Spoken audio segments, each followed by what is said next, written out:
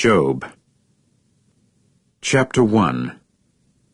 There happened to be a man in the land of Uz, whose name was Job, and that man proved to be blameless and upright, and fearing God and turning aside from bad. And 7 sons and 3 daughters came to be born to him, and his livestock got to be 7,000 sheep, and 3,000 camels, and 500 spans of cattle, and 500 she-asses, along with a very large body of servants. And that man came to be the greatest of all the Orientals. And his sons went and held a banquet at the house of each one on his own day, and they sent and invited their 3 sisters to eat and drink with them. And it would occur that when the banquet days had gone round the circuit, Job would send and sanctify them. And he got up early in the morning and offered up burnt sacrifices, according to the number of all of them. For, said Job, maybe my sons have sinned, and have cursed God in their heart. That is the way Job would do always. Now it came to be the day when the sons of the true God entered to take their station before Jehovah, and even Satan proceeded to enter right among them. Then Jehovah said to Satan, Where do you come from? At that Satan answered Jehovah and said, From roving about in the earth and from walking about in it. And Jehovah went on to say to Satan, Have you set your heart upon my servant Job, that there is no one like him in the earth, a man blameless and upright, fearing God and turning aside from bad? At that Satan answered Jehovah and said, Is it for nothing that Job has feared God? Have not you yourself put up a hedge about him and about his house, and about everything that he has all around? The work of his hands you have blessed, and his livestock itself has spread abroad in the earth. But for a change thrust out your hand, please, and touch everything he has, and see whether he will not curse you to your very face. Accordingly Jehovah said to Satan, Look, everything that he has is in your hand. Only against him himself do not thrust out your hand. So Satan went out away from the person of Jehovah. Now it came to be the day when his sons and his daughters were eating and drinking wine in the house of their brother the firstborn. And there came a messenger to Job, and he proceeded to say, The cattle themselves happened to be plowing, and the she-asses were grazing at the side of them, when the Sabaeans came making a raid and taking them, and the attendants they struck down with the edge of the sword, and I got to escape, only I by myself, to tell you. While this one was yet speaking, that one came and proceeded to say, The very fire of God fell from the heavens and went blazing among the sheep and the attendants, and eating them up, and I got to escape, only I by myself, to tell you. While that one was yet speaking, another one came and proceeded to say, The Chaldeans made up 3 bands, and went dashing against the camels and taking them, and the attendants they struck down with the edge of the sword, and I got to escape, only I by myself, to tell you. While this other one was yet speaking, still another one came and proceeded to say, Your sons and your daughters were eating and drinking wine in the house of their brother the firstborn. And look, there came a great wind from the region of the wilderness, and it went striking the 4 corners of the house, so that it fell upon the young people, and they died. And I got to escape, only I by myself, to tell you. And Job proceeded to get up, and rip his sleeveless coat apart, and cut the hair off his head, and fall to the earth and bow down, and say, Naked I came out of my mother's belly, and naked shall I return there. Jehovah himself has given, and Jehovah himself has taken away. Let the name of Jehovah continue to be blessed. In all this, Job did not sin or ascribe anything improper to God. Chapter 2. Afterward it came to be the day when the sons of the true God entered to take their station before Jehovah, And Satan also proceeded to enter right among them, to take his station before Jehovah. Then Jehovah said to Satan, "Just where do you come from?" At that Satan answered Jehovah and said, "From roving about in the earth and from walking about in it." And Jehovah went on to say to Satan, "Have you set your heart upon my servant Job, that there is no one like him in the earth, a man blameless and upright, fearing God and turning aside from bad? Even yet he is holding fast his integrity, although you incite me against him to swallow him up without cause." But Satan answered Jehovah and said, "Skin in behalf of skin, and everything that a man has he will give in behalf of his soul. For a change, thrust out your hand, please, and touch as far as his bone and his flesh, and see whether he will not curse you to your very face." Accordingly Jehovah said to Satan, "There he is in your hand. Only watch out for his soul itself." So Satan went out away from the person of Jehovah, and struck Job with a malignant boil from the sole of his foot to the crown of his head. And he proceeded to take for himself a fragment of earthenware with which to scrape himself, and he was sitting in among the ashes. Finally his wife said to him, "Are you yet holding fast your integrity? Curse God and die." But he said to her, "As one of the senseless women speaks, you speak also. Shall we accept merely what is good from the true God, and not accept also what is bad?" In all this, Job did not sin with his lips. And 3 companions of Job got to hear of all this calamity that had come upon him, and they proceeded to come each one from his own place, Eliphaz the Temanite, and Bildad the Shuhite, and Zophar the Naamathite. So they met together by appointment to come and sympathize with him, and comfort him. When they raised their eyes from far off, they did not then recognize him, and they proceeded to raise their voice and weep, and rip each one his sleeveless coat apart, and toss dust toward the heavens upon their heads. And they kept sitting with him on the earth 7 days and 7 nights, and there was no one speaking a word to him, for they saw that the pain was very great. Chapter 3. It was after this that Job opened his mouth and began to call down evil upon his day. Job now answered and said, "Let the day perish on which I came to be born, also the night that someone said, 'An able-bodied man has been conceived.' As for that day, let it become darkness. Let not God look for it from above, nor let daylight beam upon it. Let darkness and deep shadow reclaim it. Let a rain cloud reside over it. Let the things that darken a day terrorize it. That night, let gloom take it. Let it not feel glad among the days of a year, among the number of the lunar months, let it not enter. Look, that night, let it become sterile. Let no joyful cry come in it. Let curses of the day execrate it, those ready to awaken Leviathan. Let the stars of its twilight grow dark. Let it wait for the light, and there be none. And let it not see the beams of dawn, for it did not close the doors of my mother's belly, and so conceal trouble from my eyes. Why from the womb did I not proceed to die? Why did I not come forth from the belly itself, and then expire?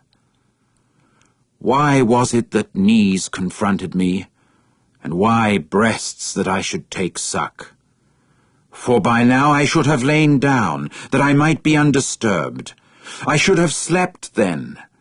I should be at rest with kings and counselors of the earth, those building desolate places for themselves, or with princes who have gold, those who fill their houses with silver, or like a hidden miscarriage I should not come to be, like children that have seen no light.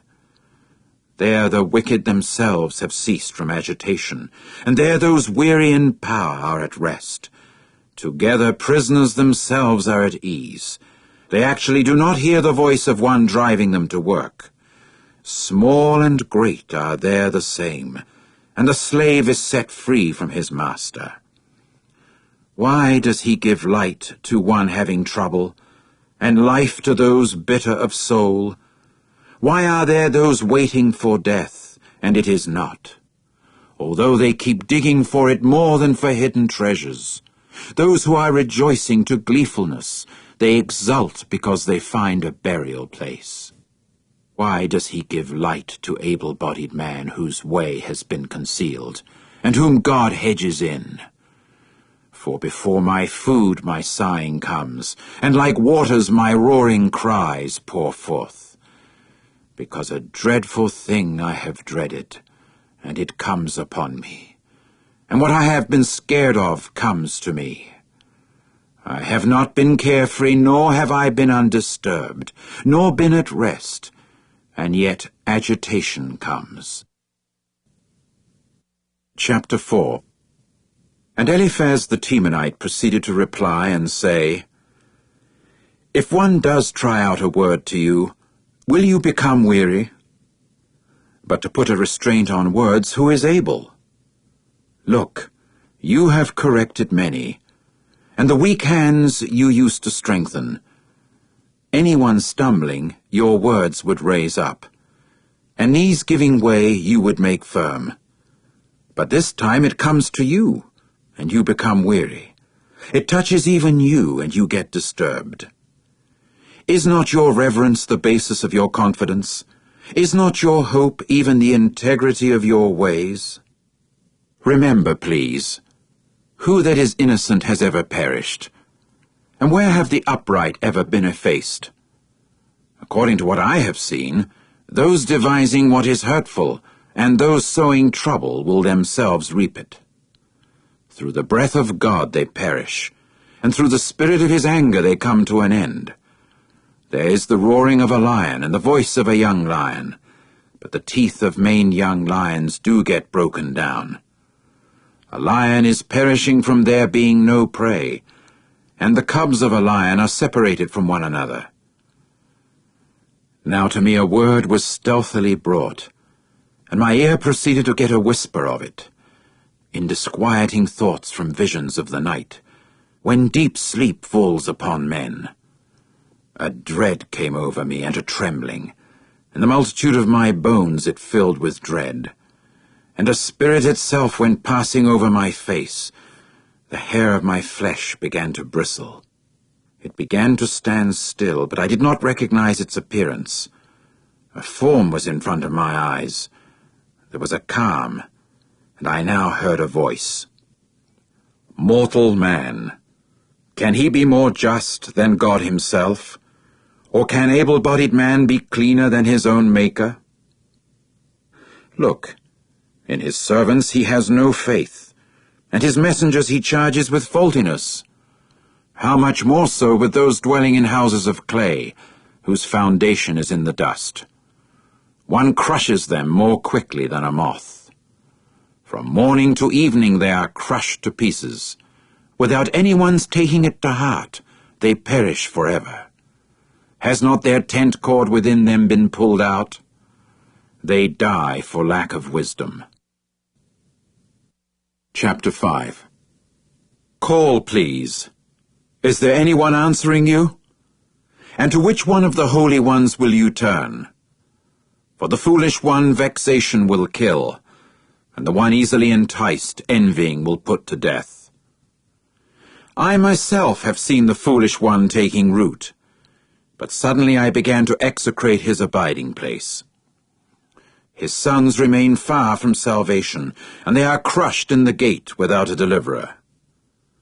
What he harvests, the hungry one eats, and even from butcher hooks one takes it, and a snare actually snaps at their means of maintenance. For not from mere dust does what is hurtful go forth. and from mere ground trouble does not spring up. For man himself is born for trouble, as the very sparks fly upward. However, I myself would apply to God, and to God I would submit my cause. To the one doing great things unsearchable, wonderful things without number, to the one giving rain upon the surface of the earth, and sending waters upon the open fields, to the one putting those who are low on a high place, so that those who are sad are high up in salvation. To the one frustrating the schemes of the shrewd, so that their hands do not work with effect. To the one catching the wise in their own cunning, so that the counsel of astute ones is carried headlong. They encounter darkness even by day, and they grope about at midday as if at night. And to the one saving from the sword out of their mouth, and from the hand of the strong one, a poor one, so that for the lowly one there comes to be hope, but unrighteousness actually shuts its mouth. Look, happy is the man whom God reproves, and the discipline of the Almighty do not you reject. For he himself causes pain, but binds up the wound. He breaks to pieces, but his own hands do the healing. In 6 distresses he will deliver you, and in 7 nothing injurious will touch you. During famine he will certainly redeem you from death, and during war from the power of a sword. From the whip of a tongue you will be hidden, and you will not be afraid of despoiling when it comes. At despoiling and hunger you will laugh, and of the wild beast of the earth you need not be afraid, for with the stones of the field your covenant will be, and the wild beast of the field himself will be made to live at peace with you. And you will certainly know that peace itself is your tent, and you will be bound to go and see your pasture ground, and you will miss nothing. And you will certainly know that your offspring are many, and your descendants like the vegetation of the earth. You will come in vigor to the burial place, as when sheaves pile up in their time. Look, this is what we have investigated. So is it. Hear it, and you know it for yourself. Chapter 6. And Job proceeded to answer and say, Oh, that my vexation were altogether weighed, and that at the same time my adversity they would put on scales themselves. For now it is heavier even than the sands of the seas. That is why my own words have been wild talk. For the arrows of the Almighty are with me, the venom of which my spirit is drinking. The terrors from God range themselves up against me. Will a zebra cry out over grass, or a bull low over its fodder? Will tasteless things be eaten without salt, or is there any taste in the slimy juice of marshmallow? My soul has refused to touch anything. They are like disease in my food. Oh, that my request would come, and that God would grant even my hope, and that God would go ahead and crush me, that he would release his hand and cut me off. Even it would still be my comfort, and I should leap for joy at my labor pains, though he would have no compassion, for I have not hidden the sayings of the Holy One. What is my power that I should keep waiting? And what is my end that I should keep prolonging my soul? Is my power the power of stones, or is my flesh of copper? Is it that self-assistance is not in me, and effectual working itself has been chased away from me? As regards anyone who withholds loving kindness from his own fellow, he will also leave off even the fear of the Almighty. My own brothers have dealt treacherously like a winter torrent, like the channel of winter torrents that keep passing away. They are dark from ice, upon them snow hides itself. In due season they become waterless, they have been silenced. When it grows hot, they are dried up from their place. The paths of their way are turned aside. They go up into the empty place and perish. The caravans of Tema have looked. The traveling company of Sabaeans have waited for them. They certainly are ashamed because they had trusted. They have come clear to the place, and they get disappointed. For now you men have amounted to nothing. You see terror and you become afraid. Is it because I have said, 'Give me something,' or from some of the power of you men make a present in my behalf, and rescue me out of the hand of an adversary, and out of the hand of tyrants you men should redeem me? Instruct me, and I, for my part, shall be silent. And what mistake I have committed, make me understand. The sayings of uprightness have been, not painful. But what does reproving on the part of you men reprove? Is it to reprove words that you men scheme, when the sayings of one in despair are for mere wind? How much more will you cast lots even over someone fatherless, and barter over your companion? And now go ahead, pay attention to me, and see whether I shall lie to your very faces. Return, please. Let no unrighteousness arise. Yes, return. My righteousness is yet in it. Is there unrighteousness on my tongue, or does my own palate not discern adversity? Chapter 7. Is there not a compulsory labor for mortal man on earth? And are not his days like the days of a hired laborer? Like a slave he pants for the shadow, and like a hired laborer he waits for his wages. Thus I have been made to possess worthless lunar months, and nights of trouble they have counted out to me. When I have lain down, I have also said, 'When shall I get up?' And when evening actually goes its measure, I have also been glutted with restlessness until morning twilight. My flesh has become clothed with maggots and lumps of dust. My skin itself has formed crusts and dissolves. My days themselves have become swifter than a weaver's shuttle, and they come to an end in hopelessness. Remember that my life is wind, that my eye will not see good again. The eye of him that sees me will not behold me. Your eyes will be upon me, but I shall not be. The cloud certainly comes to its end and goes away. So he that is going down to Sheol will not come up. He will not return any more to his house, and his place will not acknowledge him any more. I shall not hold back my mouth. I will speak in the distress of my spirit. I will be concerned with the bitterness of my soul. Am I a sea or a sea monster that you should set a guard over me? When I said my divan will comfort me, my bed will help carry my concern. You even have terrified me with dreams, and by visions you make me start up in fright, so that my soul chooses suffocation, death rather than my bones. I have rejected it. To time indefinite I would not live. Cease from me, for my days are an exhalation. What is mortal man that you should rear him, and that you should set your heart upon him, and that you should pay attention to him every morning, that every moment you should test him?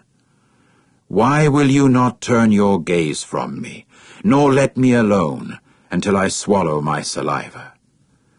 If I have sinned, what can I accomplish against you, the observer of mankind?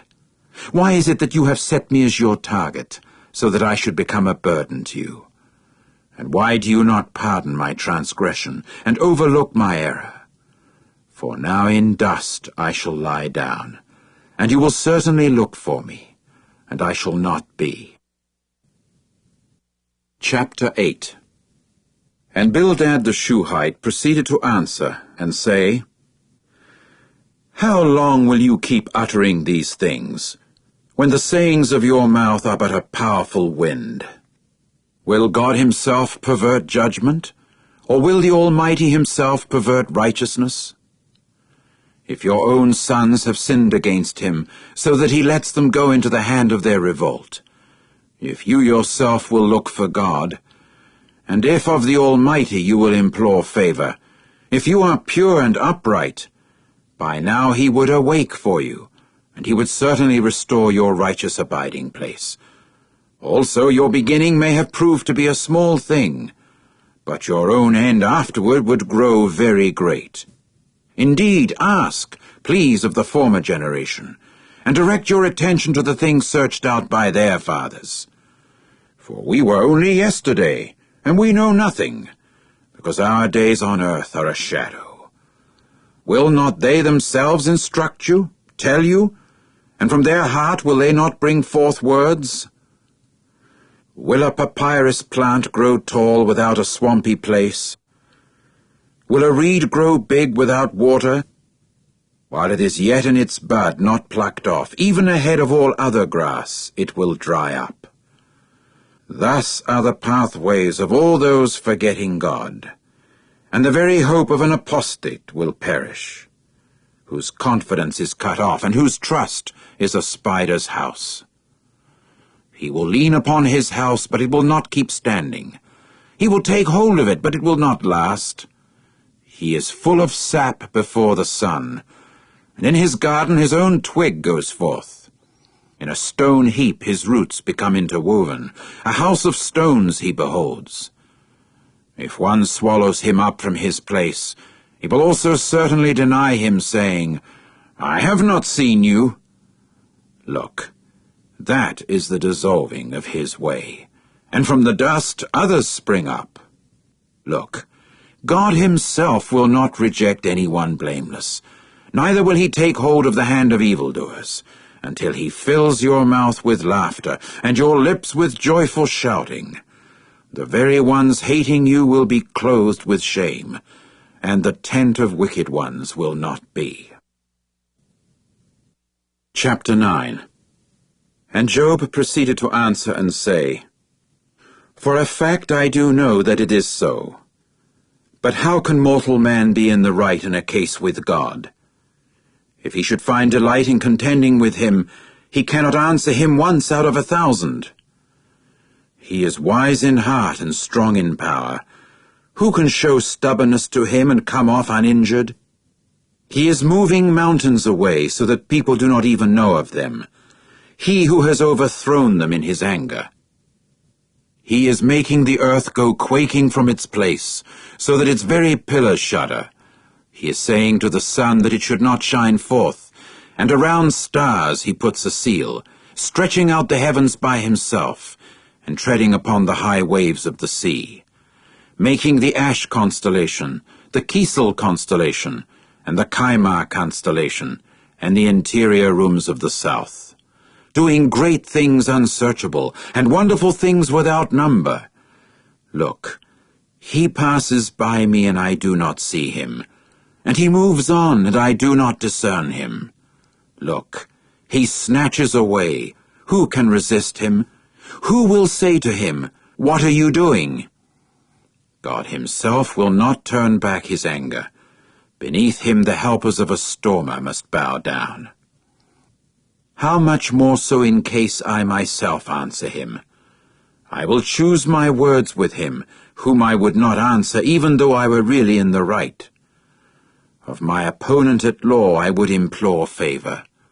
If I called him, would he answer me? I do not believe that he would give ear to my voice. Who with a storm bruises me, and certainly makes my wounds many for no reason. He will not grant me my taking of a fresh breath, for he keeps glutting me with bitter things. If in power anyone is strong, there he is. And if in justice anyone is strong, oh, that I may be summoned. If I were in the right, my own mouth would pronounce me wicked. Were I blameless, then he would declare me crooked. Were I blameless, I would not know my soul. I would refuse my life.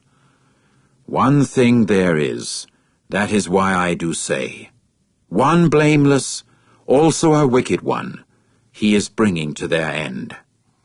If a flash flood itself should cause death suddenly, at the very despair of the innocent ones he would mock. Earth itself has been given into the hand of the wicked one. The face of its judges he covers. If not, who then is it? Also my own days have become swifter than a runner. They have run away. They will certainly not see good. They have moved on like reed boats, like an eagle that darts to and fro for something to eat. If I have said, let me forget my concern, let me alter my countenance and brighten up, I have been scared of all my pains. I do know that you will not hold me innocent. I myself am to become wicked. Why is it that I toil merely in vain? If I actually washed myself in snow water, and I actually cleansed my hands in potash, then in a pit you would dip me, and my garments would certainly detest me. For he is not a man like me that I should answer him, that we should come together in judgment. There exists no person to decide between us, that he should put his hand upon both of us. Let him remove his rod from upon me, and his frightfulness let it not terrify me. Let me speak, and not be afraid of him, for I am not so disposed in myself. Chapter 10. My soul certainly feels a loathing toward my life. I will give vent to my concern about myself. I will speak in the bitterness of my soul. I shall say to God, do not pronounce me wicked. Cause me to know why it is that you are contending with me. Is it good for you that you should do wrong, that you should reject the product of the hard work of your hands, and that upon the counsel of wicked ones you should actually beam? Do you have eyes of flesh, or is it as a mortal man sees that you see? Are your days like the days of mortal man, or your years just like the days of an able-bodied man, that you should try to find my error, and for my sin you should keep looking? This in spite of your own knowledge that I am not in the wrong, and there is no one delivering out of your own hand? Your own hands have shaped me so that they made me in entirety round about, and yet you would swallow me up. Remember, please, that out of clay you have made me, and to dust you will make me return. Did you not proceed to pour me out as milk itself, and like cheese to curdle me? With skin and flesh you proceeded to clothe me, and with bones and sinews to weave me together. Life and loving kindness you have worked with me, and your own care has guarded my spirit. And these things you have concealed in your heart. I well know that these things are with you. If I have sinned, and you have kept watching me, and of my error you do not hold me innocent, if I am actually in the wrong, too bad for me. And if I am actually in the right, I may not raise my head, glutted with dishonor, and saturated with affliction. And if it acts haughtily, like a young lion you will hunt for me, and you will again show yourself marvelous in my case. You will bring forth new witnesses of yours in front of me, and you will make your vexation with me greater. Hardship after hardship is with me. So why from a womb did you bring me out? Could I have expired, that not even an eye could see me, there as though I had not come to be, I should have become. From the belly to the burial place I should have been brought. Are not my days few? Let him leave off. Let him turn his gaze from me, that I may brighten up a little before I go away, and I shall not come back to the land of darkness and deep shadow, to the land of obscurity like gloom, of deep shadow and disorder, where it beams no more than gloom does. Chapter 11. And Zophar the Naamathite proceeded to answer and say, Will a multitude of words go unanswered, or will a mere boaster be in the right? Will your empty talk itself put men to silence, and will you keep deriding without having anyone rebuke you? Also you say, My instruction is pure, and I have proved really clean in your eyes. Yet, oh, if only God himself would speak and open his lips with you, then he would tell you the secrets of wisdom. For the things of practical wisdom are manifold. Also you would know that God allows some of your error to be forgotten for you. Can you find out the deep things of God? Or can you find out to the very limit of the Almighty? It is higher than heaven. What can you accomplish? It is deeper than Sheol. What can you know? It is longer than the earth in measure, and broader than the sea. If he moves on and hands someone over and calls a court, then who can resist him? For he himself well knows men who are untrue. When he sees what is hurtful, will he not also show himself attentive? Even a hollow-minded man himself will get good motive, as soon as an asinine zebra be born a man. If you yourself will really prepare your heart and actually spread out your palms to him, if what is hurtful is in your hand, put it far away, and let no unrighteousness dwell in your tents. For then you will raise your face without defect, and you will certainly become established, and you will not fear. For you will forget trouble itself. As waters that have passed along, you will remember it. And brighter than midday will your life's duration arise. Darkness will become like the morning itself. And you will be bound to trust because there exists hope. And you will certainly look carefully around. In security you will lie down. And you will indeed stretch yourself out, with no one to make you tremble. And many people will certainly put you in a gentle mood. And the very eyes of the wicked will fail, and a place for flight will certainly perish from them, and their hope will be an expiring of the soul. Chapter 12.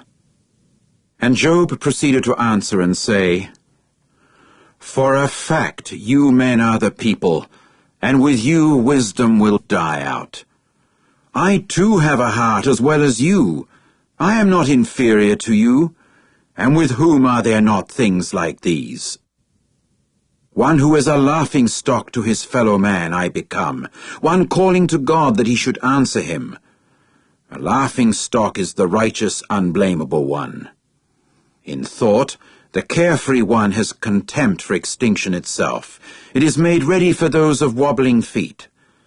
The tents of the despoilers are unworried, and the ones enraging God have the safety belonging to one who has brought a God in his hand. However, ask, please, the domestic animals, and they will instruct you. Also the winged creatures of the heavens, and they will tell you. Or show your concern to the earth, and it will instruct you. And the fishes of the sea will declare it to you. Who among all these does not well know that the hand of Jehovah itself has done this, in whose hand is the soul of every one alive, and the spirit of all flesh of man? Does not the ear itself test out words, as the palate tastes food? Is there not wisdom among the aged, and understanding in length of days? With him there are wisdom and mightiness. He has counsel and understanding. Look, he tears down that there may be no building up. He makes it shut to man that it may not be opened up. Look, he puts a restraint upon the waters, and they dry up. And he sends them, and they change the earth. With him there are strength and practical wisdom. To him belong the one making a mistake and the one leading astray. He is making counselors go barefoot, and he makes judges themselves go crazy. The bonds of kings he actually loosens, and he binds a belt upon their hips. He is making priests walk barefoot, and permanently seated ones he subverts. He is removing speech from the faithful ones, and the sensibleness of old men he takes away.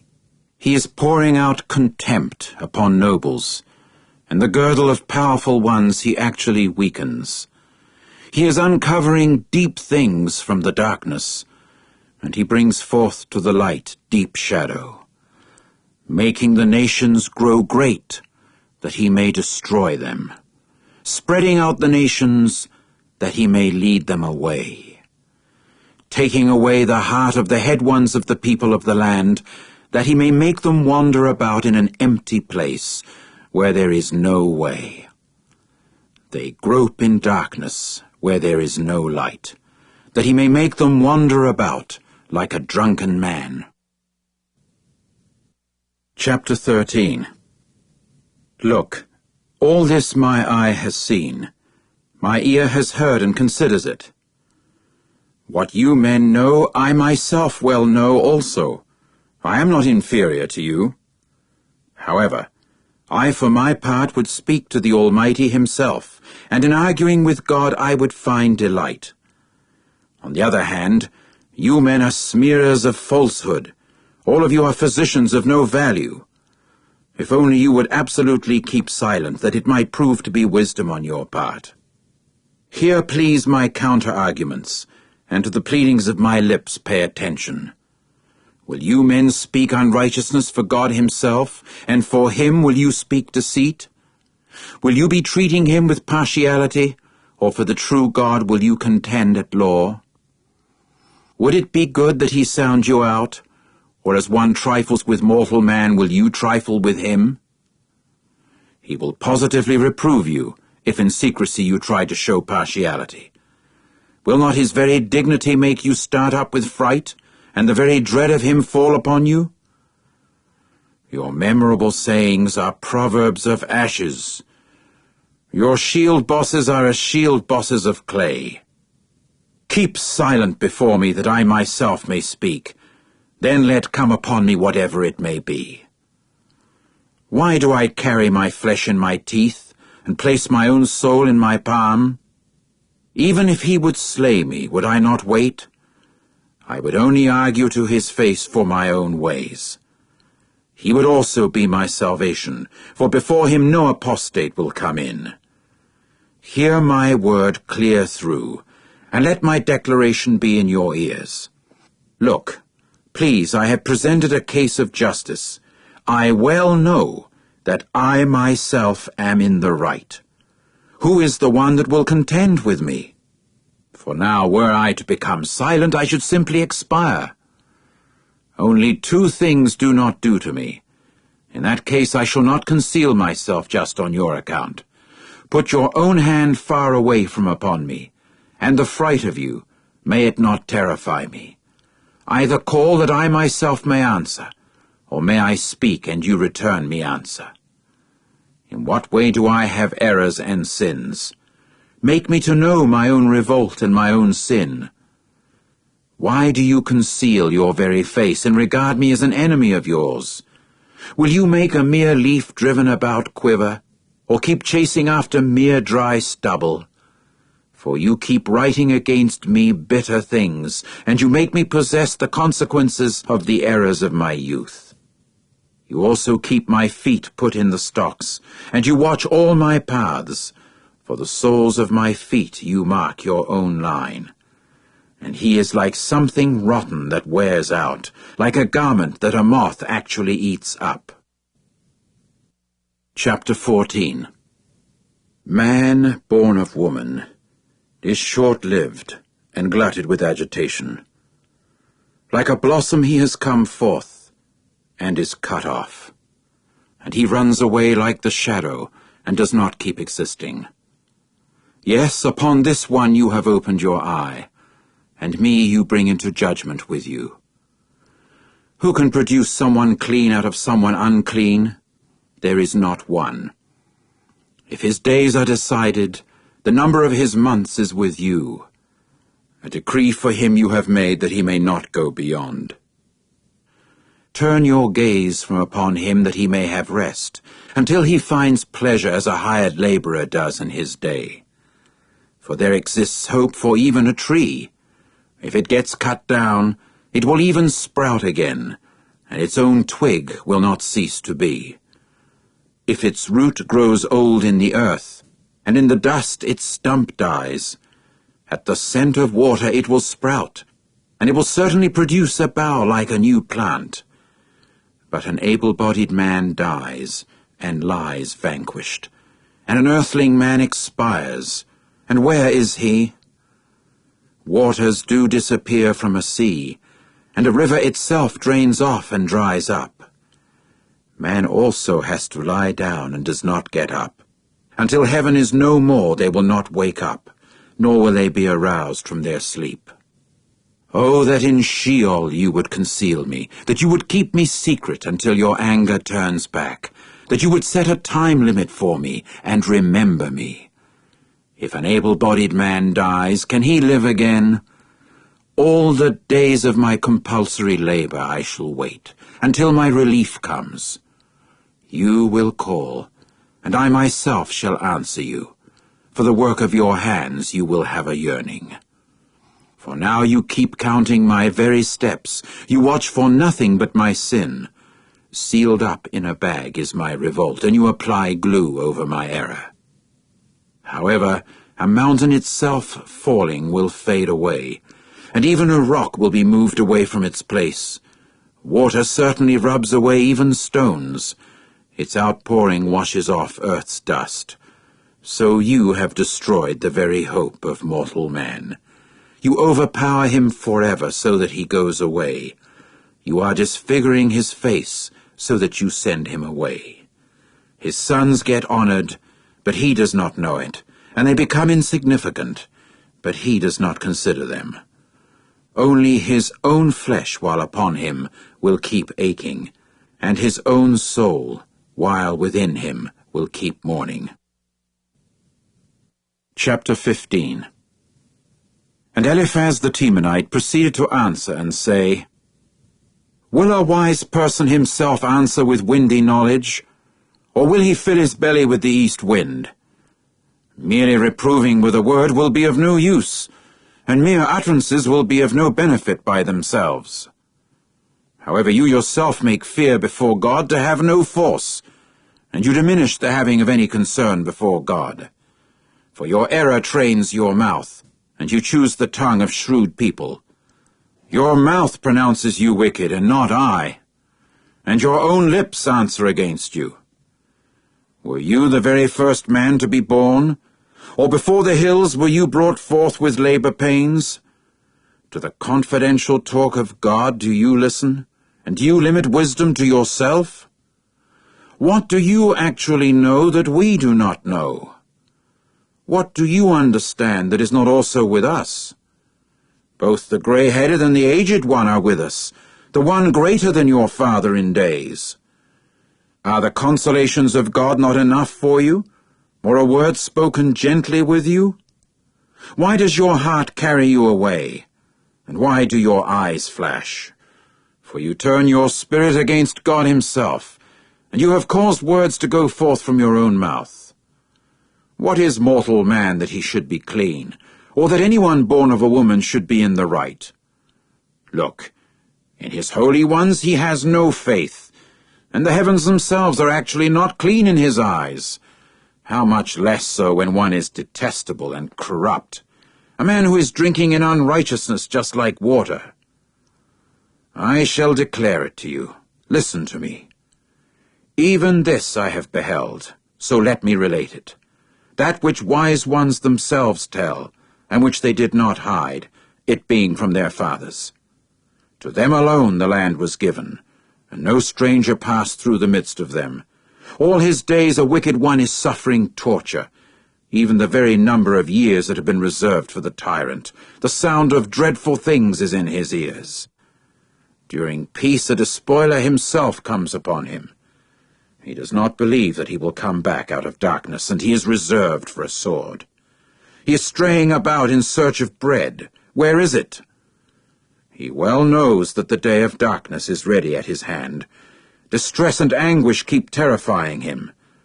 They overpower him like a king in readiness for the assault, because he stretches out his hand against God himself, and over the Almighty he tries to show himself superior, because he runs against him stiff-neckedly with the thick bosses of his shields, because he actually covers his face with his fattiness, and he puts on fat upon his loins. He merely resides in cities that are to be effaced, in houses in which people will not keep dwelling, which certainly prove destined for heaps of stones.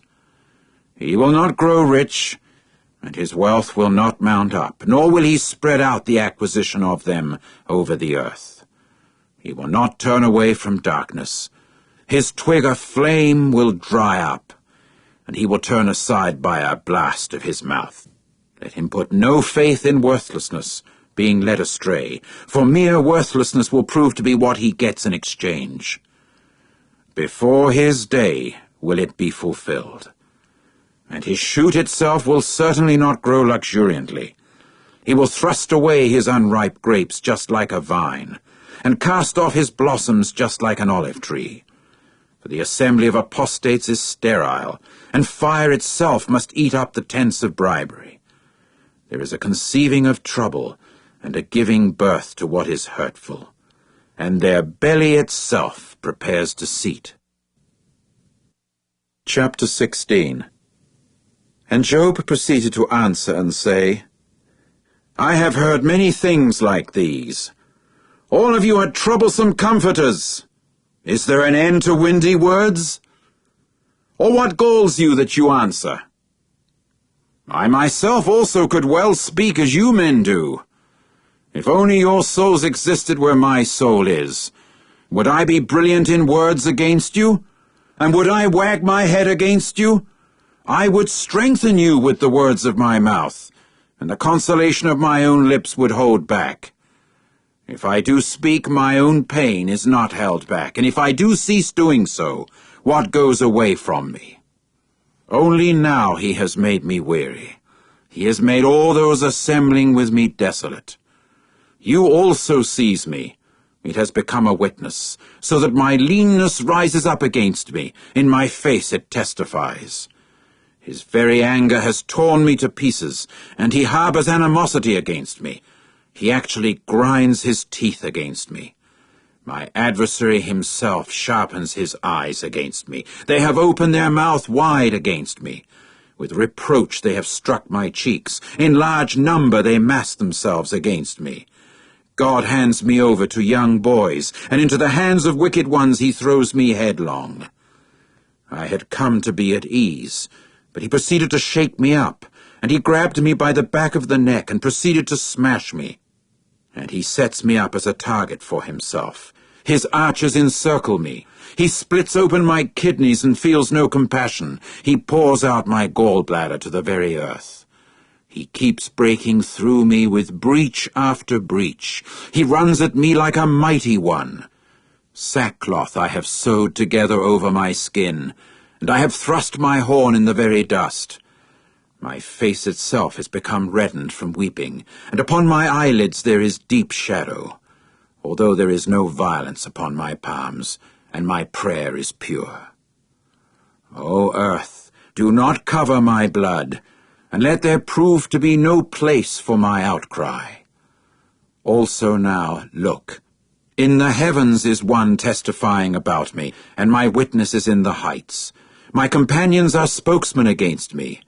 To God my eye has looked sleeplessly, and the decision is to be made between an able-bodied man and God, the same as between a son of man and his fellow.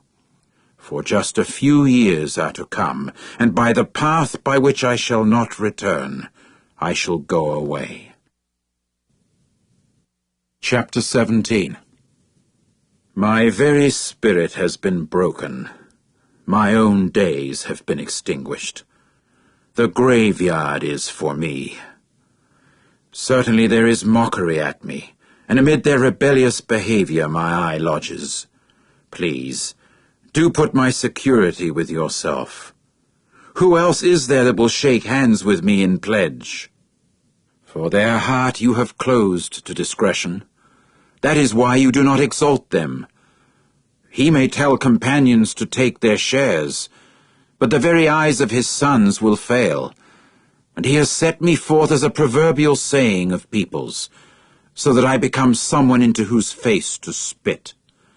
And from vexation my eye grows dimmer, and my members are all of them like the shadow. Upright people stare in amazement at this, and even the innocent one gets excited over the apostate. The righteous one keeps holding fast to his way, and the one with clean hands keeps increasing in strength. However, you men may all of you resume, so come on, please, as I do not find any one wise among you.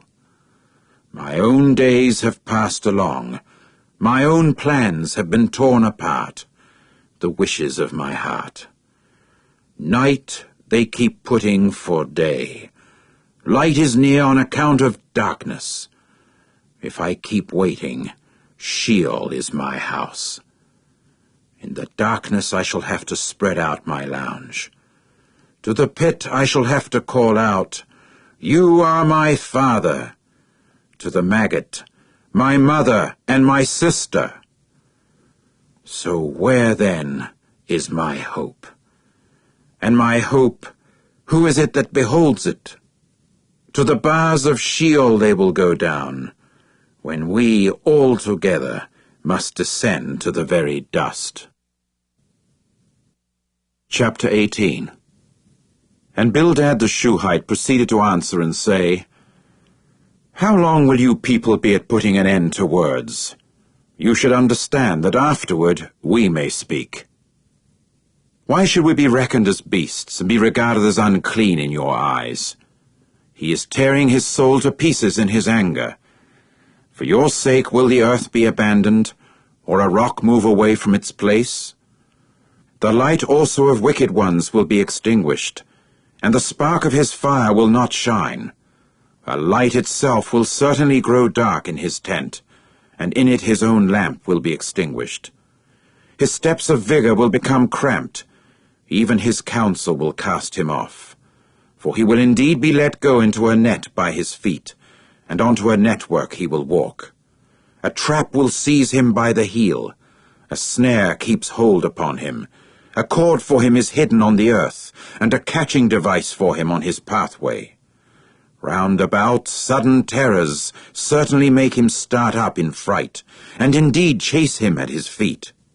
His vigor becomes famished, and disaster stands ready to make him limp. It will eat the pieces of his skin, the firstborn of death will eat his limbs. His confidence will be torn away from his own tent, and it will march him to the king of terrors. There will reside in his tent something that is not his.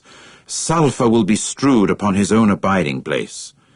Underneath will his very roots dry up, and up above his bough will wither. The very mentioning of him will certainly perish from the earth, and he will have no name out in the street. They will push him out of the light into the darkness, and from the productive land they will chase him away. He will have no posterity and no progeny among his people, and there will be no survivor in his place of alien residence. At his day the people in the west will indeed stare in amazement, and a shudder will certainly seize even the people in the east. Only these are the tabernacles of a wrongdoer, and this is the place of one that has not known God. Chapter 19. And Job proceeded to answer and say, "How long will you men keep irritating my soul, and keep crushing me with words? These 10 times you proceeded to rebuke me. You are not ashamed that you deal so hard with me. And granted that I have made a mistake, it is with me that my mistake will lodge. If for a fact against me you men do put on great airs, and you show my reproach to be proper against me, know then that God himself has misled me, and his hunting net he has closed in upon me. Look, I keep crying out, 'Violence!' but I get no answer. I keep crying for help, but there is no justice. My very path he has blocked with a stone wall, and I cannot pass over, and upon my roadways he puts darkness itself. My own glory he has stripped from me, and he takes away the crown of my head. He pulls me down on all sides, and I go away, and he pulls my hope out just like a tree. His anger also grows hot against me, and he keeps reckoning me as an adversary of his. Unitedly his troops come and cast up their way against me, and they camp round about my tent.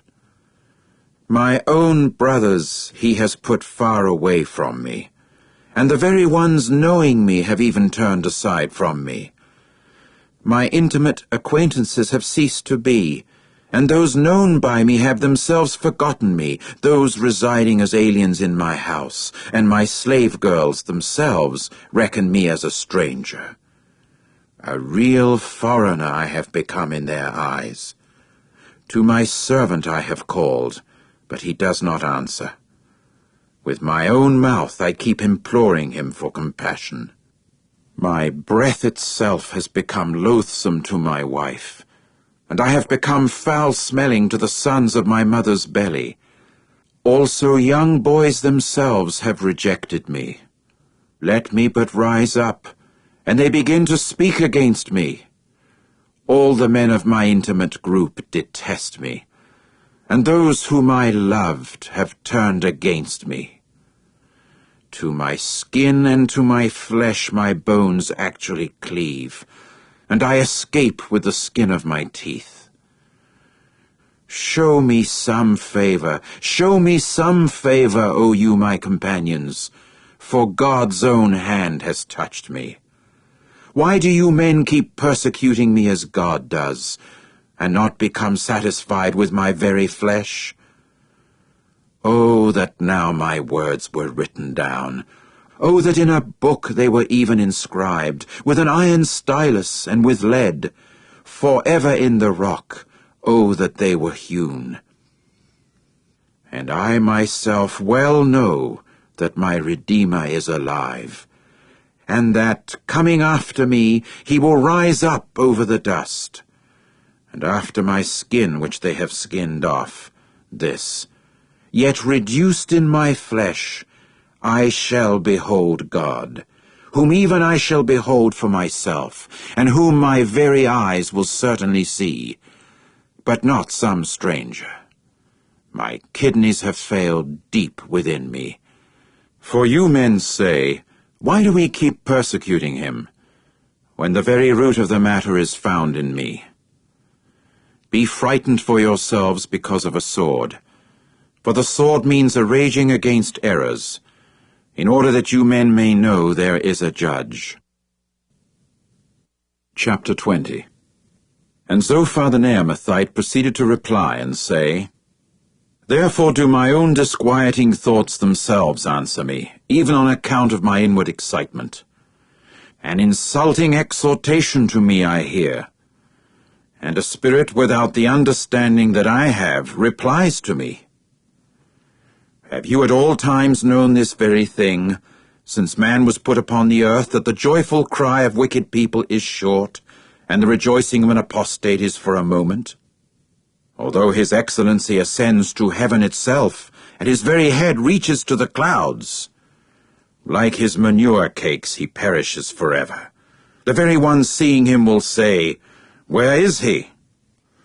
Like a dream he will fly off, and they will not find him, and he will be chased away like a vision of the night.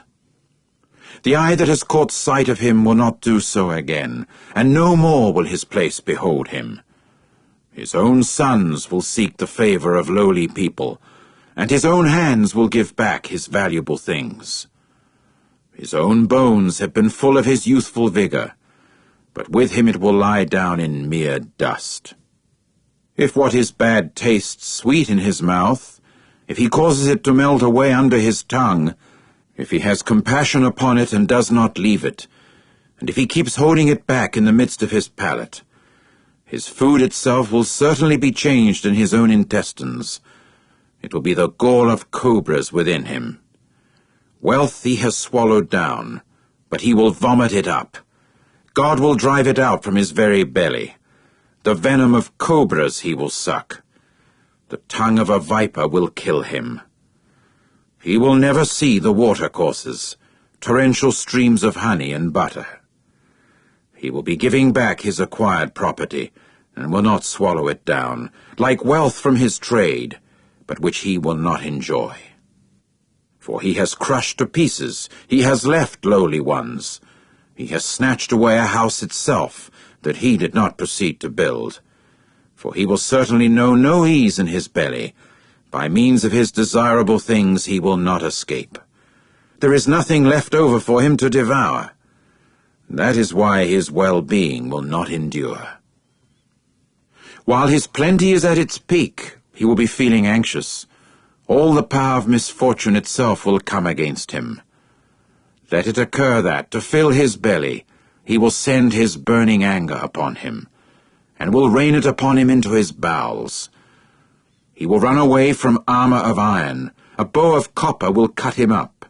A missile itself will even go out through his back, and a glittering weapon out through his gall. Frightful objects will go against him. All darkness will be reserved for his treasured things. A fire that no one fanned will eat him up. It will go badly with a survivor in his tent. Heaven will uncover his error, and earth will be in revolt against him. A heavy shower will roll his house away. There will be things poured forth on the day of his anger. This is the share of the wicked man from God, even his stated inheritance from God. Chapter 21. And Job proceeded to answer and say, Listen, you men, attentively to my word, and let this become your consolation. Put up with me, and I myself shall speak. And after my speaking, you may each deride. As for me, is my concern expressed to man? Or why is it that my spirit does not get impatient? Turn your faces to me and stare in amazement, and put your hand upon your mouth. And if I have remembered, I have also become disturbed, and shuddering has taken hold of my flesh. Why is it that the wicked themselves keep living, have grown old, also have become superior in wealth?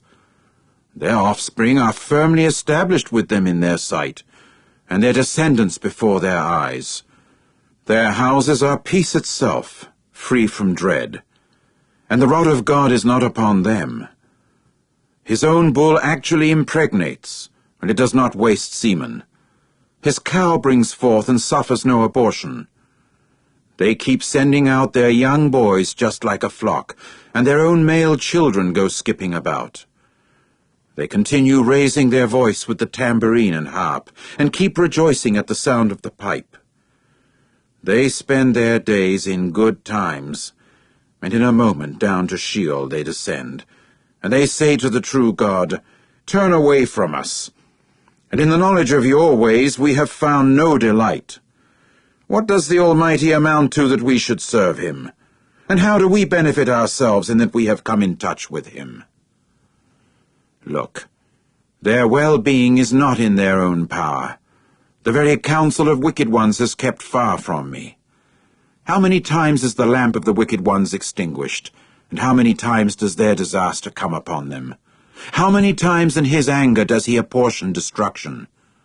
Do they become like straw before a wind, and like chaff that a storm wind has stolen away? God himself will store up one's hurtfulness for one's own sons. He will reward him that he may know it. His eyes will see his decay, and from the rage of the Almighty he will drink. For what will his delight be in his house after him, when the number of his months will really be cut in two? Will he teach knowledge even to God, when that one himself judges high ones? This very one will die during his full self-sufficiency, when he is altogether carefree and at ease, when his own thighs have become full of fat, and the very marrow of his bones is being kept moist. And this other one will die with a bitter soul when he has not eaten of good things. Together in the dust they will lie down, and maggots themselves will form a cover over them. Look, I well know the thoughts of you men, and the schemes with which you would act violently against me. For you say, Where is the house of the noble one, and where is the tent, the tabernacles of wicked ones? Have you not asked those traveling over the roads? And do you not carefully inspect their very signs, that at the day of disaster an evil one is spared, at the day of fury he is delivered? Who will tell him of his way to his very face? And for what he himself has done, who will reward him? As for him, to the graveyard he will be brought, and over a tomb a vigil will be kept. To him the clods of earth of a torrent valley will certainly become sweet, and after him he will drag all mankind, and those before him were without number. So how vainly you men try to comfort me, and your very replies do remain as unfaithfulness. Chapter 22. And Eliphaz the Temanite proceeded to answer and say, Can an able-bodied man be of use to God himself, that anyone having insight should be of use toward him? Does the Almighty have any delight in that you are righteous, or any gain in that you make your way blameless? For your reverence will he reprove you? Will he come with you into the judgment? Is not your own badness too much already? And will there be no end to your errors? For you seize a pledge from your brothers without cause, and you strip off even the garments of naked people. You do not give the tired one a drink of water, and from the hungry one you hold back bread. As for a man of strength, the land is his, and one who is treated with partiality himself dwells in it. Widows you have sent away empty-handed, and the arms of fatherless boys are crushed. That is why bird traps are all around you, and sudden dread disturbs you, or darkness so that you cannot see, and a heaving mass of water itself covers you. Is not God the height of heaven? Also see the sum total of the stars, that they are high. And yet you have said, What does God really know? Through thick gloom can he judge? Clouds are a concealment place for him, so that he does not see, and on the vault of heaven he walks about. Will you keep to the very way of long ago that hurtful men have trodden, men who have been snatched away before their time, whose foundation is poured away just as a river, who are saying to the true God, Turn away from us, and what can the Almighty accomplish against us? Yet he himself has filled their houses with good things, and the very counsel of wicked ones is kept far from me. The righteous ones will see and rejoice, and the innocent one himself will hold them in derision. Truly our antagonists have been effaced, and what is left of them a fire will certainly eat up. Acquaint yourself, please, with him, and keep peace. Thereby good things will come to you. Take, please, the law from his own mouth, and put his sayings in your heart. If you return to the Almighty, you will be built up. If you will keep unrighteousness far from your tent, and if there is a placing of precious ore in the dust, and gold of Ophir in the rock of torrent valleys, the Almighty also will indeed become your precious ores, and silver, the choicest to you. For then in the Almighty you will find your exquisite delight, and you will raise your face to God himself.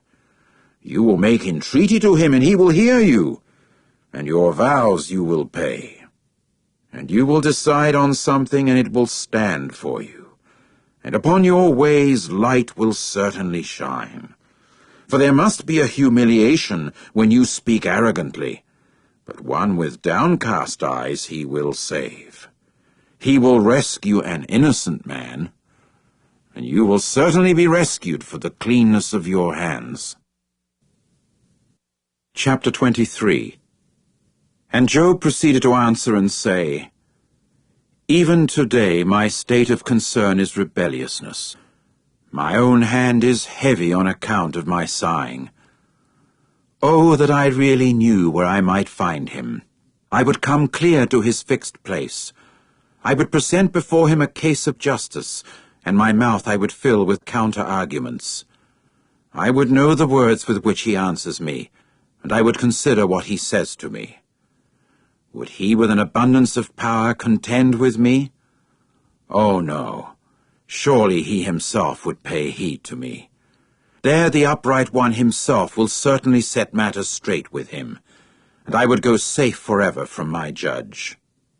Look, to the east I go, and he is not there, and back again, and I cannot discern him.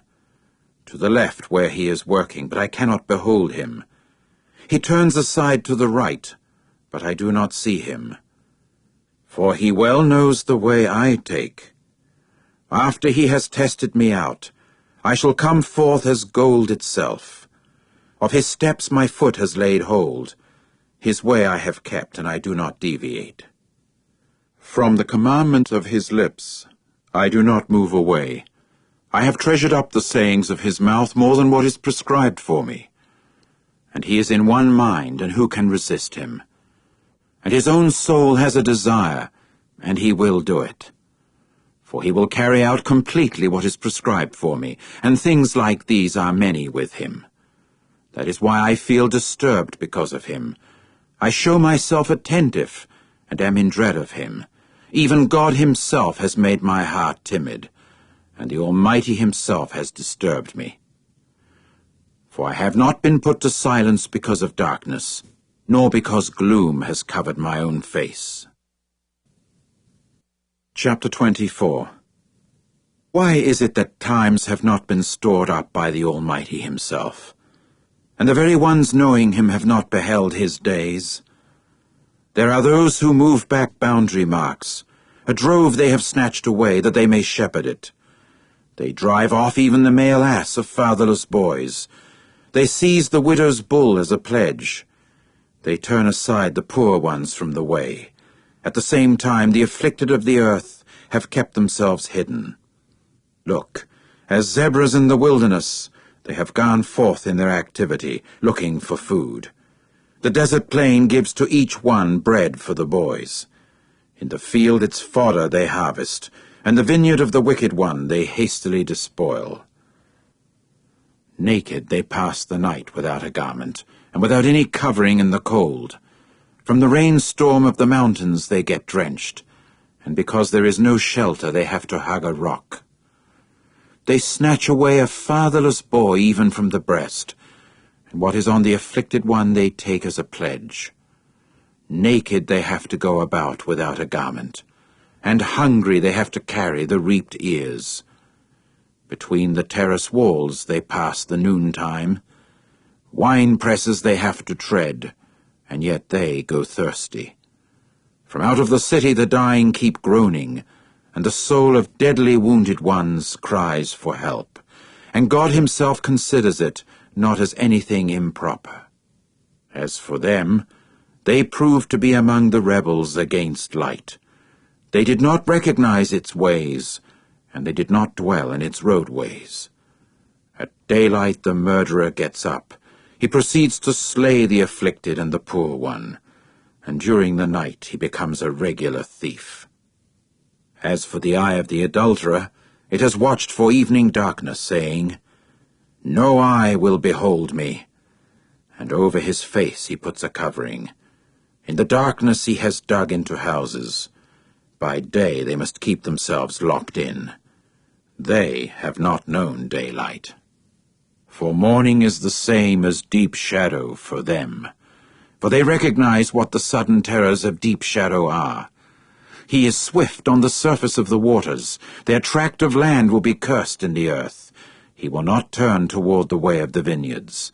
The drought, also the heat, snatch away the snow waters.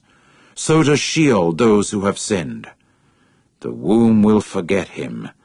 The maggot will sweetly suck him. He will be remembered no more, and unrighteousness will be broken just like a tree. He is having dealings with a barren woman who does not bear, and with a widow to whom he does no good, and he will certainly draw away strong people by his power. He will rise up and not be sure of his life. He will grant him to become confident that he may support himself, and his eyes will be upon their ways. They have become high up a little while, then they are no more. And they have been brought low, like everyone else, they are plucked off, and like the head of an ear of grain, they are cut off. So really now, who will make me out a liar, or reduce my word to nothing? Chapter 25. And Bildad the Shuhite proceeded to answer and say, Rulership and dreadfulness are with him. He is making peace on his heights. Is there any number to his troops? And upon whom does his light not rise? So how can mortal man be in the right before God? Or how can one born of a woman be clean?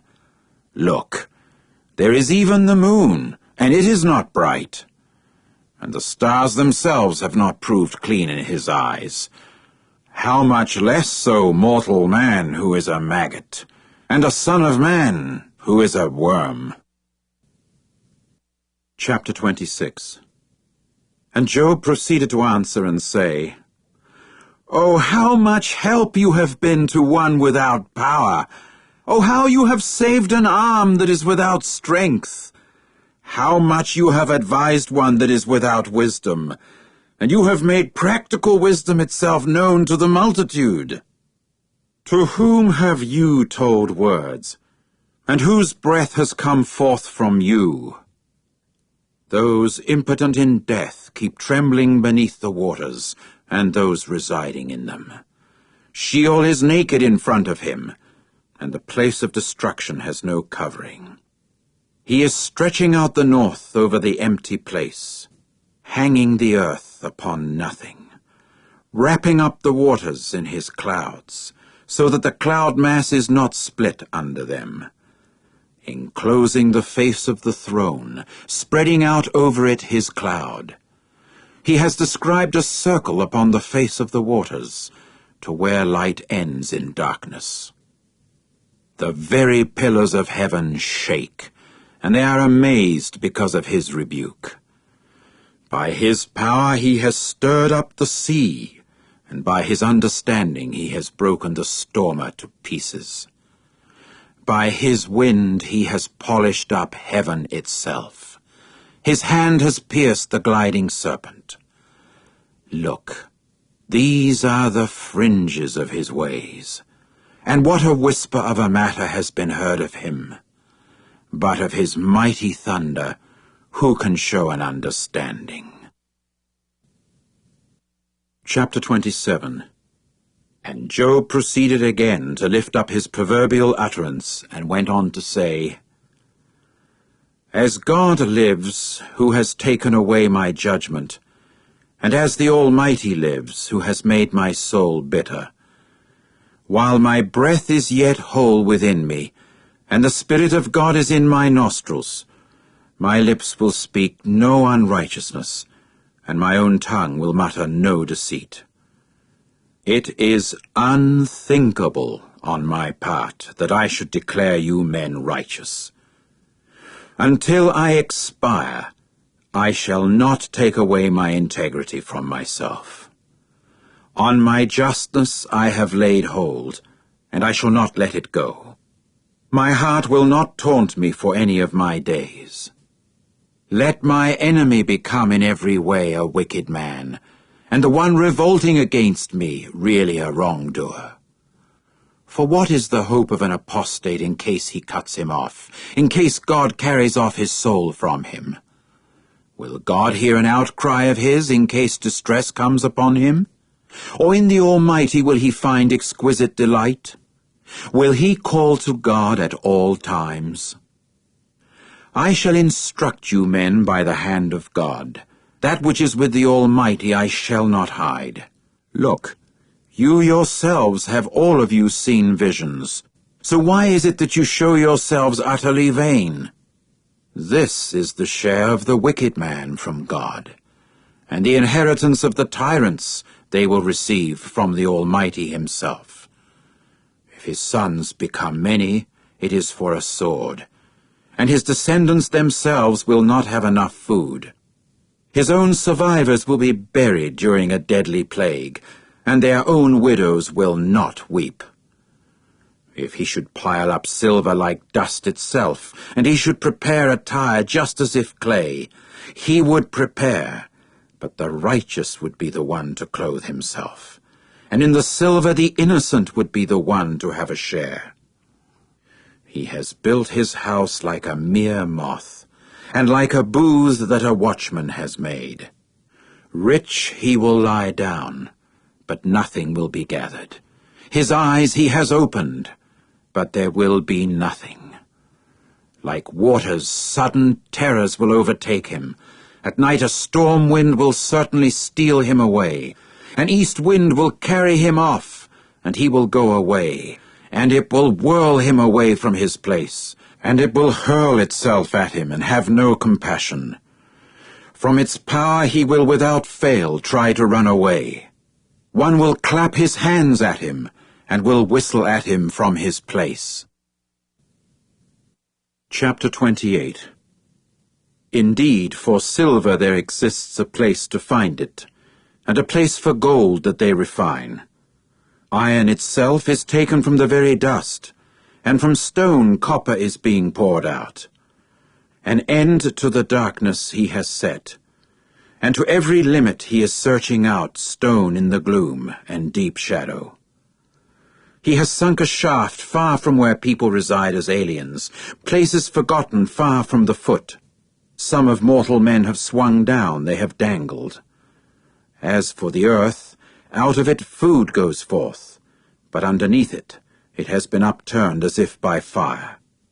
Its stones are the place of the sapphire, and it has gold dust. A pathway. No bird of prey has known it, nor has the eye of a black kite caught sight of it. The majestic wild beasts have not trodden it down solid. The young lion has not paced over it. Upon the flint he has thrust out his hand. He has overthrown mountains from their root. Into the rocks he has channeled water-filled galleries, and all precious things his eye has seen. The places from which rivers trickled he has dammed up, and the concealed thing he brings forth to the light. But wisdom, where can it be found? And where now is the place of understanding? Mortal man has not come to know its valuation, and it is not found in the land of those living. The watery deep itself has said, "It is not in me." The sea too has said, "It is not with me." Pure gold cannot be given in exchange for it, and silver cannot be weighed out as its price. It cannot be paid for with gold of Ophir, with the rare onyx stone and the sapphire. Gold and glass cannot be compared to it, nor is any vessel of refined gold an exchange for it. Coral and rock crystal themselves will not be mentioned, but a bag full of wisdom is worth more than one full of pearls. The topaz of Cush cannot be compared to it. It cannot be paid for even with gold in its purity. But wisdom itself, from where does it come? And where now is the place of understanding? It has been hidden even from the eyes of everyone alive, and from the flying creatures of the heavens it has been concealed. Destruction and death themselves have said, "With our ears we have heard a report of it." God is the one who has understood its way, and he himself has known its place, for he himself looks to the very ends of the earth. Under the whole heavens he sees, to make a weight for the wind, while he has proportioned the waters themselves by a measure, when he made for the rain a regulation, and a way for the thunderous storm cloud. Then it was that he saw wisdom, and proceeded to tell about it. He prepared it, and also searched it through. And he went on to say to man, "Look, the fear of Jehovah, that is wisdom, and to turn away from bad is understanding." Chapter 29. And Job proceeded again to lift up his proverbial utterance, and went on to say, "Oh, that I were as in the lunar months of long ago, as in the days when God was guarding me, when he caused his lamp to shine upon my head, when I would walk through darkness by his light. just as I happened to be in the days of my prime, when intimacy with God was at my tent, when the Almighty was yet with me, when my attendants were all around me, when I washed my steps in butter, and the rock kept pouring out streams of oil for me. When I went forth to the gate by the town, in the public square I would prepare my seat. The boys saw me and hid themselves, and even the aged ones rose up, they stood. Princes themselves restrained words, and the palm they would put upon their mouth. The voice of the leaders themselves was hidden, and their very tongue cleaved to their palate. For the ear itself listened and proceeded to pronounce me happy, and the eye itself saw and proceeded to bear witness for me. For I would rescue the afflicted one crying for help, and the fatherless boy and anyone that had no helper. The blessing of the one about to perish, upon me it would come, and the heart of the widow I would make glad. With righteousness I clothed myself, and it was clothing me. My justice was like a sleeveless coat and a turban. Eyes I became to the blind one, and feet to the lame one I was. I was a real father to the poor ones, and the legal case of one whom I did not know, I would examine it. And I would break the jawbones of the wrongdoer, and from his teeth I would tear away the prey. And I used to say, within my nest I shall expire, and like the grains of sand I shall multiply my days. My root is opened for the waters, and dew itself will stay overnight upon my bough. My glory is fresh with me, and my bow in my hand will shoot repeatedly. To me they listened, and they waited, and they would keep silent for my counsel. After my word they would not speak again, and upon them my word would drip, and they waited for me as for the rain, and their mouth they opened wide for the spring rain. I would smile at them, they would not believe it, and the light of my face they would not cast down. I would choose the way for them, and I was sitting as head, and I resided as a king among his troops, as one who comforts the mourners. Chapter 30. And now they have laughed at me, those younger in days than I am, whose fathers I would have refused to place with the dogs of my flock. Even the power of their hands, of what use was it to me? In them vigor has perished. Because of want and hunger they are sterile, gnawing at a waterless region, where yesterday there were storm and desolation. They were plucking the salt herb by the bushes, and the root of broom trees was their food. From the community they would be driven away. People would shout at them as at a thief. They have to reside on the very slope of torrent valleys, in holes of the dust and in rocks. Among the bushes they would cry out. Under the nettles they would huddle together.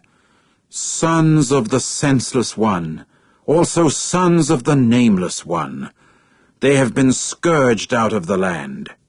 And now I have become even the theme of their song, and I am to them for a byword. They have detested me. They have kept themselves far from me, and from my face they did not hold back their spit. For he loosened my own bowstring, and proceeded to humble me, and the bridle they left loose on my account. At my right hand they rise up as a brood, my feet they have let go, but they proceeded to cast up against me their disastrous barriers. They have torn down my roadways. They were beneficial only for adversity to me, without their having any help. As through a wide gap they proceed to come. Under a storm they have rolled along. Sudden terrors have been turned upon me. My noble bearing is chased like the wind, and like a cloud my salvation has passed away. And now my soul is poured out within me. Days of affliction take hold upon me. At night my very bones have been bored through, and dropped from off me, and pains gnawing me do not take any rest. By the abundance of power my garment takes on a change. Like the collar of my long garment it engirdles me. He has brought me down to the clay, so that I show myself like dust and ashes. I cry to you for help, but you do not answer me. I have stood that you might show yourself attentive to me. You change yourself to become cruel to me. With the full might of your hand, you harbor animosity toward me. You lift me to the wind. You cause me to ride it. Then you dissolve me with a crash. For I well know that to death you will make me turn back, and to the house of meeting for everyone living. Only no one thrusts his hand out against a mere heap of ruins, nor during one's decay is there a cry for help respecting those things. Certainly I have wept for the one having a hard day. My soul has grieved for the poor one. Although for good I waited, yet bad came. And I kept awaiting the light, but gloom came. My own intestines were made to boil and did not keep silent. Days of affliction confronted me. Saddened, I walked about when there was no sunlight. I got up in the congregation. I kept crying for help. A brother to jackals I became, and a companion to the daughters of the ostrich. My very skin became black and dropped off me, and my very bones became hot from dryness. And my harp came to be merely for mourning, and my pipe for the voice of weeping ones. Chapter 31. A covenant I have concluded with my eyes, so how could I show myself attentive to a virgin? And what portion is there from God above, or inheritance from the Almighty from on high? Is there not disaster for a wrongdoer, and misfortune for those practicing what is hurtful? Does he not himself see my ways, and count even all my steps? If I have walked with men of untruth, and my foot hastens to deception, he will weigh me in accurate scales, and God will get to know my integrity. If my stepping deviates from the way, or my heart has walked merely after my eyes, or any defect has stuck in my own palms, let me sow seed, and someone else eat, and let my own descendants be rooted out. If my heart has been enticed toward a woman, and I kept lying in wait at the very entranceway of my companion, let my wife do the grinding for another man, and over her let other men kneel down. For that would be loose conduct, and that would be an error for attention by the justices. For that is a fire that would eat clear to destruction, and among all my produce it would take root. If I used to refuse the judgment of my slave man or of my slave girl in their case at law with me, then what can I do when God rises up? And when he calls for an accounting, what can I answer him? Did not the one making me in the belly make him? And did not just one proceed to prepare us in the womb?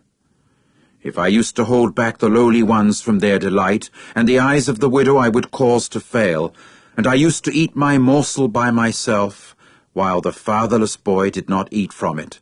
For from my youth he grew up with me as with a father, and from the belly of my mother I kept leading her.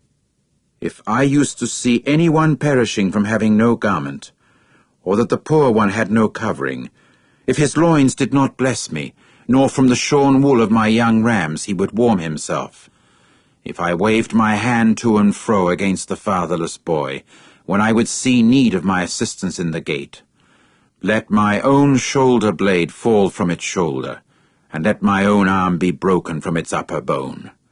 For disaster from God was a dread to me, and against his dignity I could not hold out.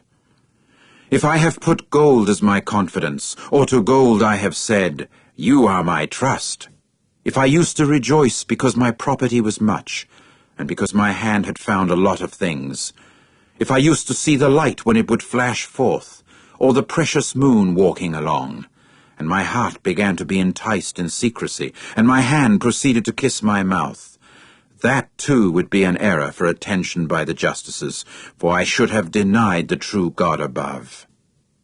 If I used to rejoice at the extinction of one intensely hating me, or I felt excited because evil had found him, and I did not allow my palate to sin by asking for an oath against his soul. If the men of my tent did not say, "Who can produce anyone that has not been satisfied from food of his?" Outside, no alien resident would spend the night. My doors I kept open to the path. If like an earthling man I covered over my transgressions by hiding my error in my shirt pocket, because I would suffer a shock at a large crowd, or the contempt itself of families would terrorize me, and I would keep silent. I would not go out of the entrance. Oh, that I had someone listening to me, that according to my signature the Almighty himself would answer me, or that the individual in the case at law with me had written a document itself. Surely upon my shoulder I would carry it. I would bind it around me like a grand crown. The number of my steps I would tell him, like a leader I would approach him. If against me my own ground would cry for aid, and together its furrows themselves would weep. If its fruitage I have eaten without money, and the soul of its owners I have caused to pant. Instead of wheat, let the thorny weed go forth, and instead of barley, stinking weeds. The words of Job have come to an end. Chapter 32. So these 3 men ceased from answering Job, for he was righteous in his own eyes. But the anger of Elihu the son of Barachel, the Buzite of the family of Ram, came to be hot. Against Job his anger blazed over his declaring his own soul righteous, rather than God. Also against his 3 companions his anger blazed, over the fact that they had not found an answer, but they proceeded to pronounce God wicked. And Elihu himself had waited for Job with words, because they were older than he was in days. And Elihu gradually saw that there was no answer in the mouth of the 3 men, and his anger kept getting hotter. And Elihu the son of Barachel the Buzite proceeded to answer and say, Young I am in days, and you men are aged. That is why I drew back, and was afraid to declare my knowledge to you men.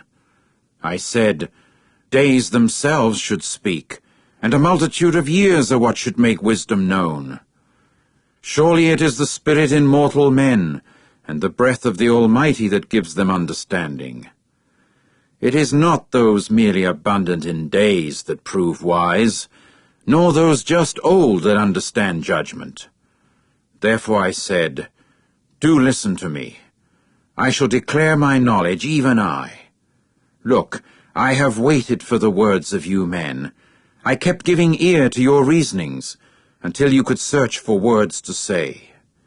And to you I kept my attention turned.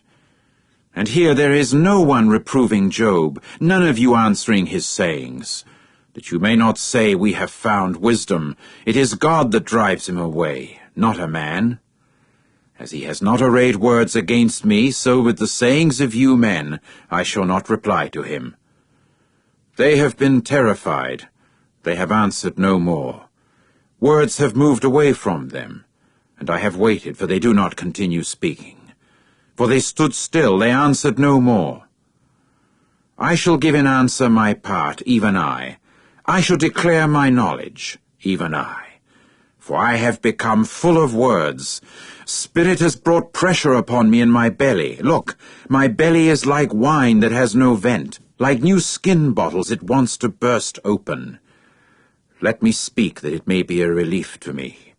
I shall open my lips that I may answer. Let me not please show partiality to a man, and on an earthling man I shall not bestow a title.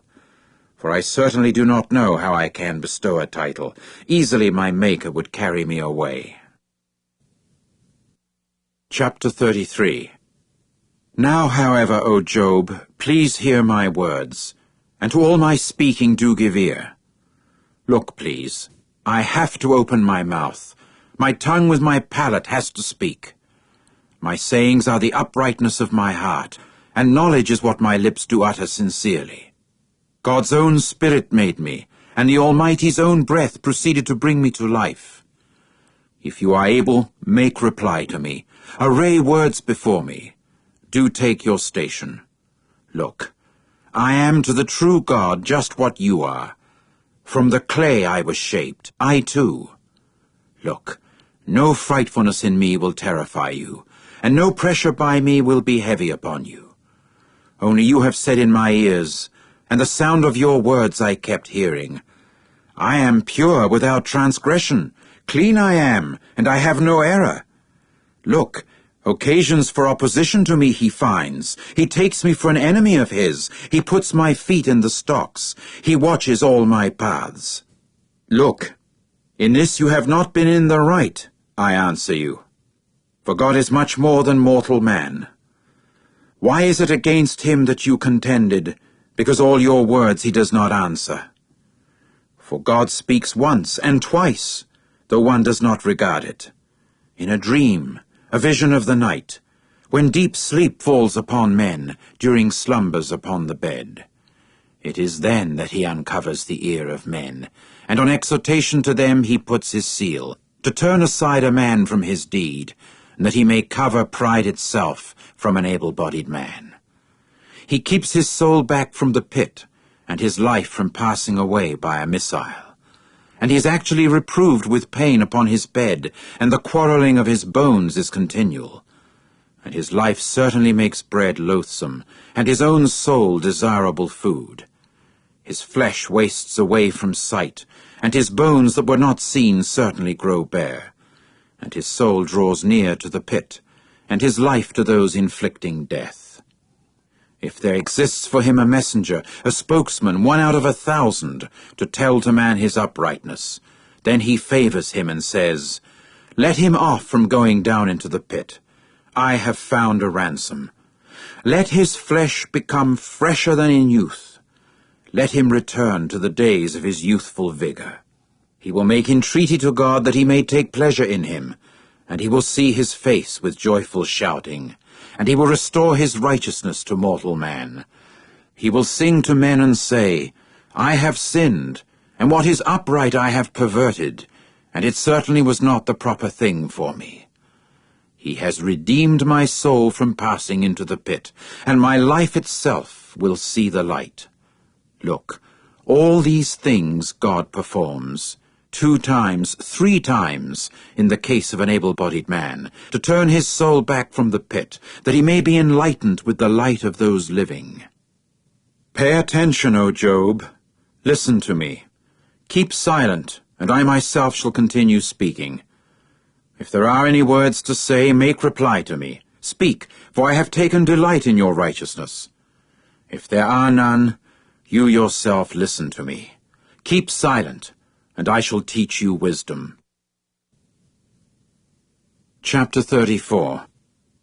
And Elihu continued to answer and say, Listen, you wise ones, to my words, and you who know, give ear to me.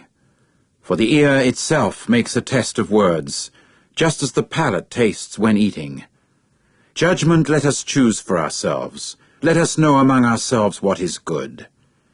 For Job has said, I certainly am in the right, but God himself has turned aside the judgment of me. Against my own judgment do I tell lies? My severe wound is incurable, though there is no transgression. What able-bodied man is like Job, who drinks up derision like water? And he is certainly on his way to companionship with practices of what is hurtful, and to walking with men of wickedness. For he has said, An able-bodied man does not profit by his taking pleasure in God. Therefore, you men of heart, listen to me. Far be it from the true God to act wickedly, and the Almighty to act unjustly. For according to the way earthling man acts, he will reward him, and according to the path of man, he will cause it to come upon him.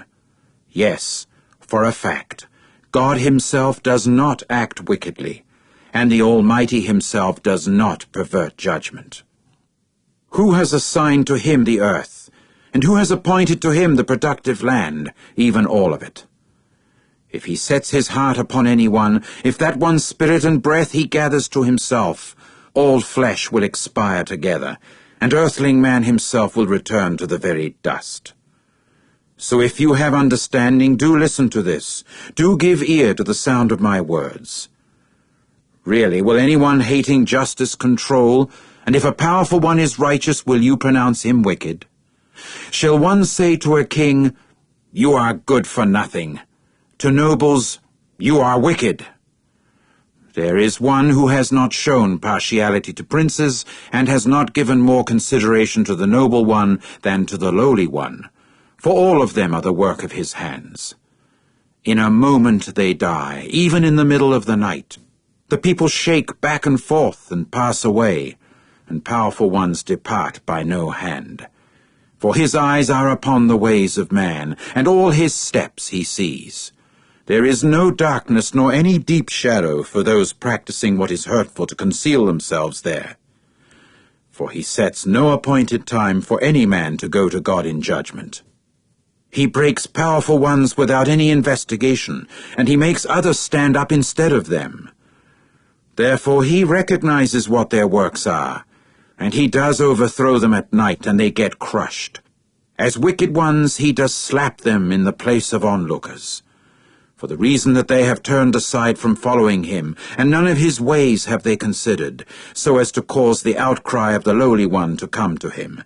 And so he hears the outcry of the afflicted ones. When he himself causes quietness, who then can condemn? And when he conceals his face, who can behold him, whether it is toward a nation or toward a man, it being the same thing? So that an apostate man may not reign, nor there be snares of the people. For will anyone actually say to God himself, "I have borne, although I do not act corruptly, although I behold nothing, instruct me yourself. If any unrighteousness I have committed, I shall not do it again"?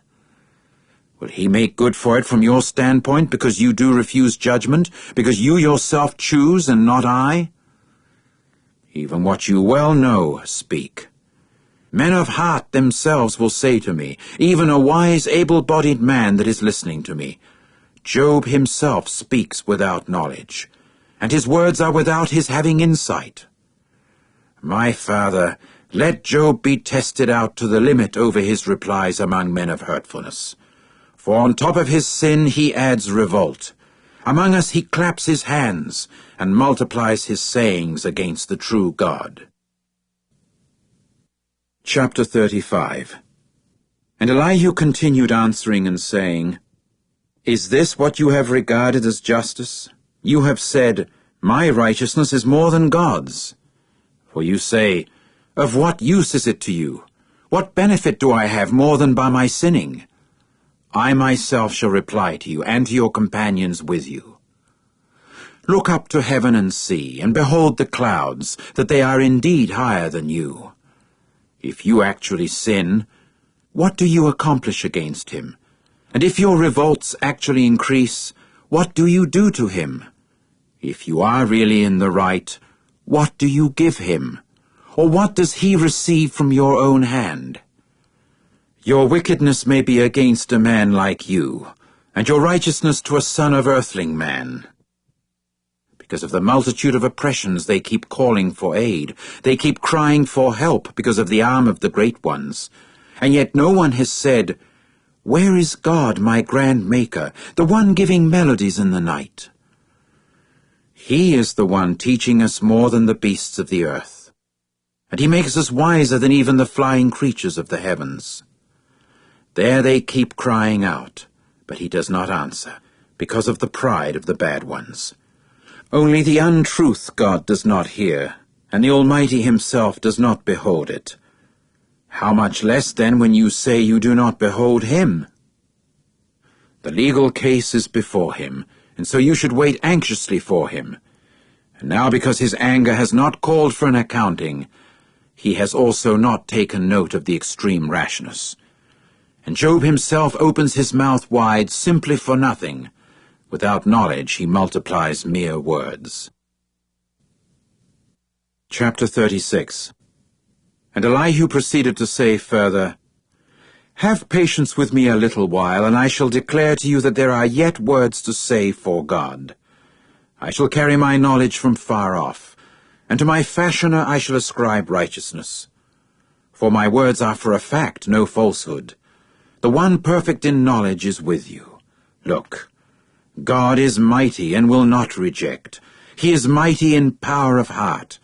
He will not preserve any one wicked alive, but the judgment of the afflicted ones he will give. He will not take away his eyes from any one righteous, even kings on the throne. He will also seat them forever, and they will be exalted. And if they are bound in fetters, they are captured with ropes of affliction, then he will tell them about the way they act and their transgressions, because they take a superior air.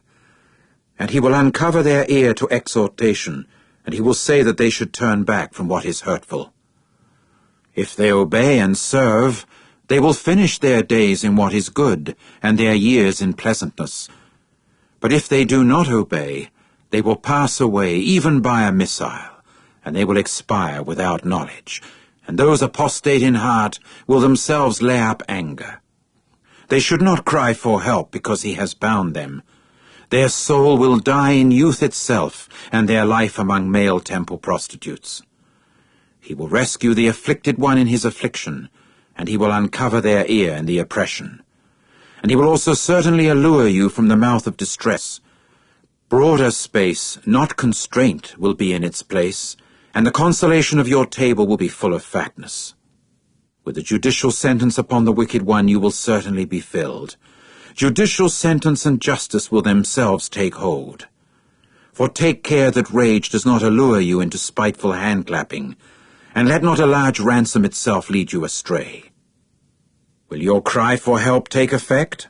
No, nor in distress, even all your powerful efforts. Do not pant for the night, for peoples to retreat from where they are. Be on your guard that you do not turn to what is hurtful, for this you have chosen rather than affliction. Look, God himself acts exaltedly with his power. Who is an instructor like him? Who has called his way to account against him?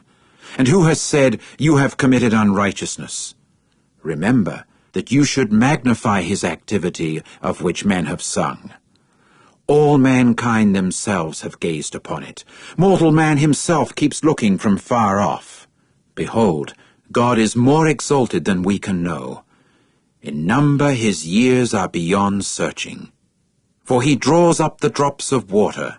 They filter as rain for his mist, so that the clouds trickle. They drip upon mankind abundantly. Indeed, who can understand the cloud layers, the crashings from his booth? Look, he has spread out over it his light, and the roots of the sea he has covered. For by them he pleads the cause of peoples. He gives food in abundance. In his hands he has covered over the lightning, and he lays a command upon it against an assailant. His booming tells about him, the livestock also concerning the one coming up. Chapter 37. Indeed at this my heart begins to tremble, and it leaps up from its place. Listen attentively, you men, to the rumbling of his voice, and the growling that goes forth from his mouth. Under the whole heavens he lets it loose, and his lightning is to the extremities of the earth. After it a sound roars.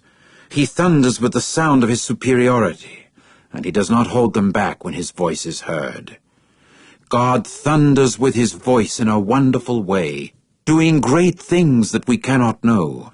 For to the snow he says, fall earthward, and to the downpour of rain, even to the downpour of his strong rains. On the hand of every earthling man he puts a seal, for every mortal man to know his work. And the wild beast comes into the ambush, and in its hiding places it dwells. Out of the interior room comes the storm wind, and out of the north winds the cold. By the breath of God the ice is given, and the breadth of waters is under constraint. Yes, with moisture he burdens the cloud. His light scatters the cloud mass. and it is being turned round about by his steering them for their performance, wherever he commands them upon the face of the productive land of the earth.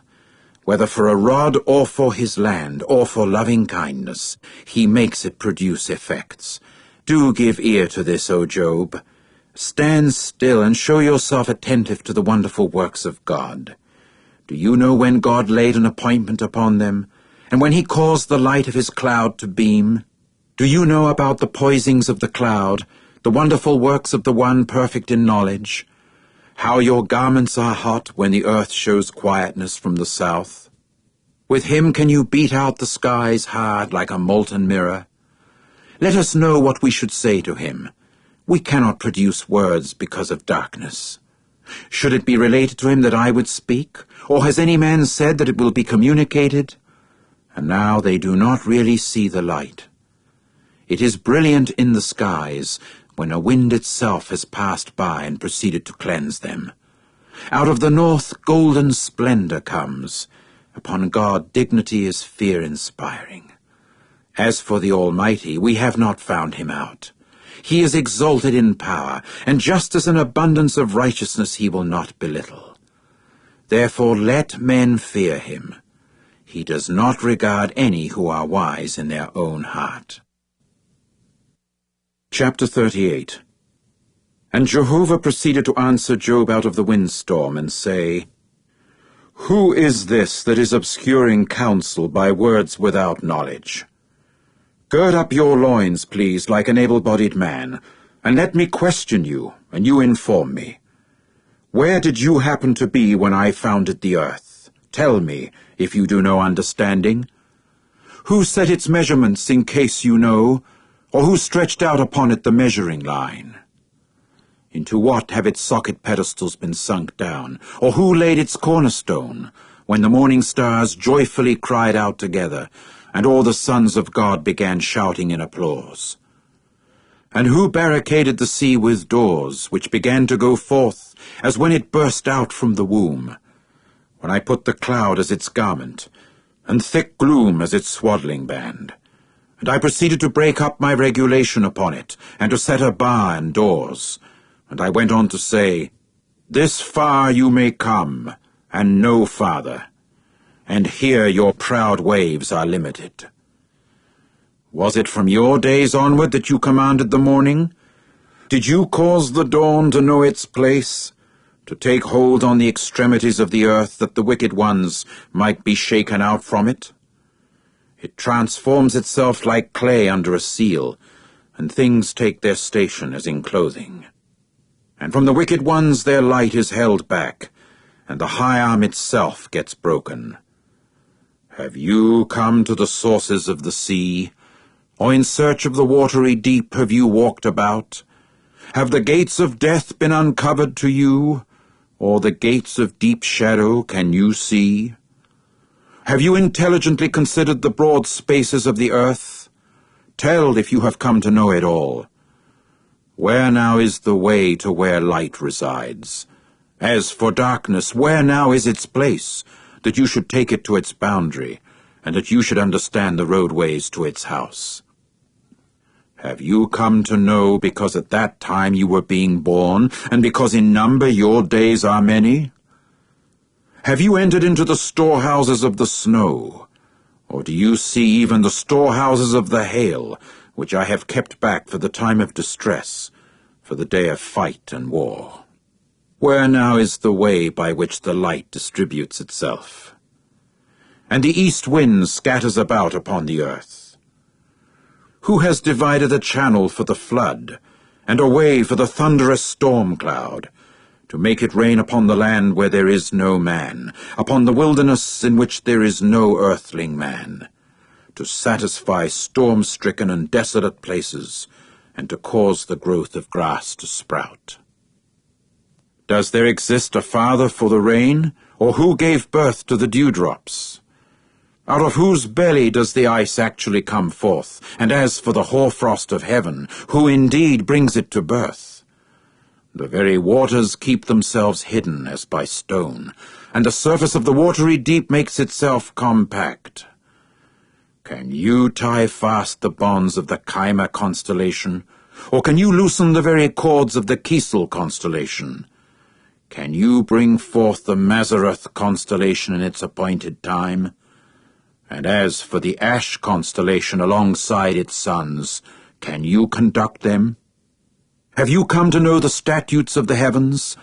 Or could you put its authority in the earth? Can you raise your voice even to the cloud, so that a heaving mass of water itself may cover you? Can you send forth lightnings that they may go and say to you, Here we are?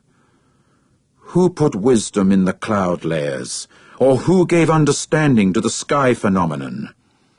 Who can exactly number the clouds in wisdom, or the water jars of heaven?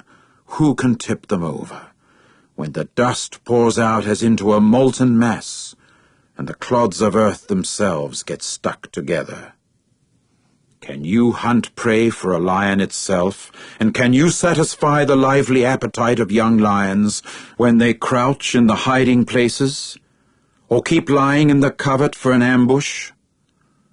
Who prepares for the raven its food, when its own young ones cry to God for help, when they keep wandering about because there is nothing to eat? Chapter 39. Have you come to know the appointed time for the mountain goats of the crag to give birth? Do you observe just when the hinds bring forth with birth pangs? Do you count the lunar months that they fulfill?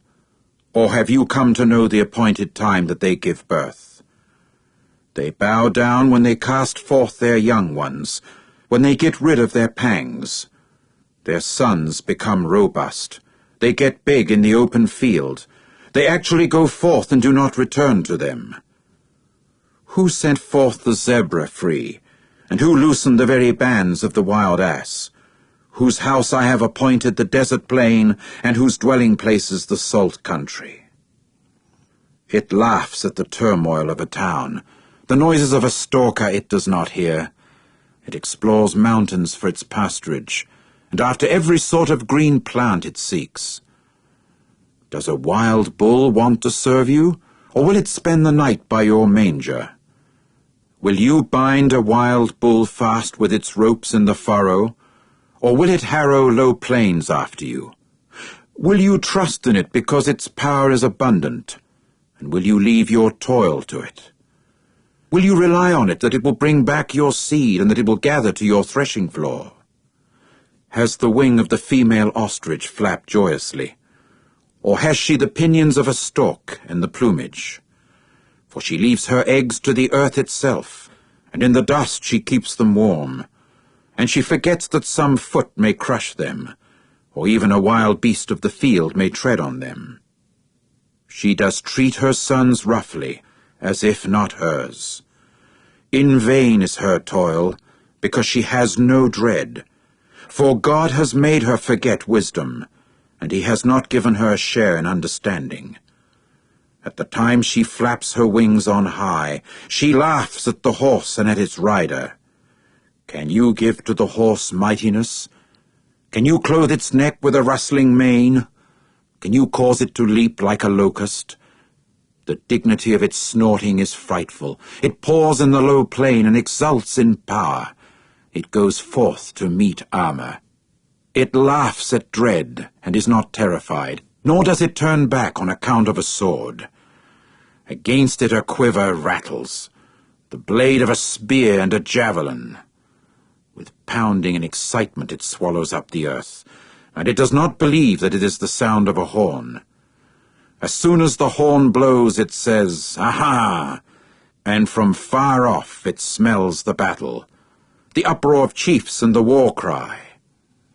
Is it owing to your understanding that the falcon soars up, that it spreads its wings to the south wind, or is it at your order that an eagle flies upward, and that it builds its nest high up, that on a crag it resides and stays during the night, upon the tooth of a crag and an inaccessible place?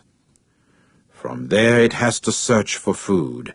Far into the distance its eyes keep looking, and its young ones themselves keep sipping up blood, and where the slain are, there it is. Chapter 40. And Jehovah proceeded to answer Job and say, Should there be any contending of a fault-finder with the Almighty? Let the reprover of God himself answer it. And Job went on to answer Jehovah and say, Look, I have become of little account. What shall I reply to you? My hand I have put over my mouth. Once have I spoken, and I will not answer. And twice, and I will add nothing. And Jehovah went on to answer Job out of the windstorm and say, Gird up your loins, please, like an able-bodied man. I shall question you, and you inform me. Really, will you invalidate my justice? Will you pronounce me wicked, in order that you may be in the right? Or do you have an arm like that of the true God? And with a voice like his, can you make it thunder? Deck yourself, please, with superiority and highness, and with dignity and splendor may you clothe yourself. Let flow the furious outbursts of your anger, and see everyone haughty, and bring him low. See everyone haughty, humble him, and tread down the wicked right where they are. Hide them together in the dust. Bind their very faces in the hidden place. And I, even I, shall commend you, because your right hand can save you. Here now is Behemoth, that I have made as well as you. Green grass it eats, just as a bull does. Here now its power is in its hips, and its dynamic energy in the tendons of its belly. It bends down its tail like a cedar.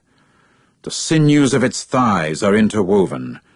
Its bones are tubes of copper. Its strong bones are like wrought iron rods. It is the beginning of the ways of God. Its maker can bring near his sword. For the mountains themselves bear their produce for it, and all the wild beasts of the field themselves play there. Under the thorny lotus trees it lies down, in the concealed place of reeds, and the swampy place. The thorny lotus trees keep it blocked off with their shadow. The poplars of the torrent valley surround it. If the river acts violently, it does not run in panic. It is confident, although the Jordan should burst forth against its mouth. Before its eyes can anyone take it? With snares can anyone bore its nose? Chapter 41. Can you draw out Leviathan with a fish-hook? Or with a rope can you hold down its tongue? Can you put a rush in its nostrils? Or with a thorn can you bore its jaws? Will it make many entreaties to you? Or will it say soft words to you? Will it conclude a covenant with you, that you may take it as a slave to time indefinite? Will you play with it as with a bird, or will you tie it for your young girls? Will partners barter for it? Will they divide it up among tradesmen? Will you fill its skin with harpoons, or its head with fish spears? Put your hand upon it. Remember the battle. Do not do it again. Look, one's expectation about it will certainly be disappointed. One will also be hurled down at the mere sight of it. None is so audacious that he should stir it up. And who is it that can hold his ground before me? Who has given me something first, that I ought to reward him? Under the whole heavens it is mine. I shall not keep silent about its parts, or the matter of its mightiness, and the grace of its proportions. Who has uncovered the face of its clothing? Into its double jaw who will enter? The doors of its face who has opened? Its teeth round about are frightful. Furrows of scales are its haughtiness, closed as with a tight seal.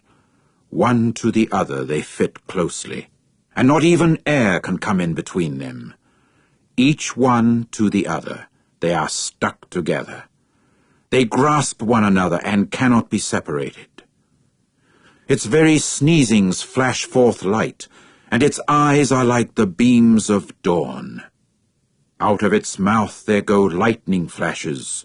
Even sparks of fire make their escape. Out of its nostrils smoke goes forth, like a furnace set aflame even with rushes.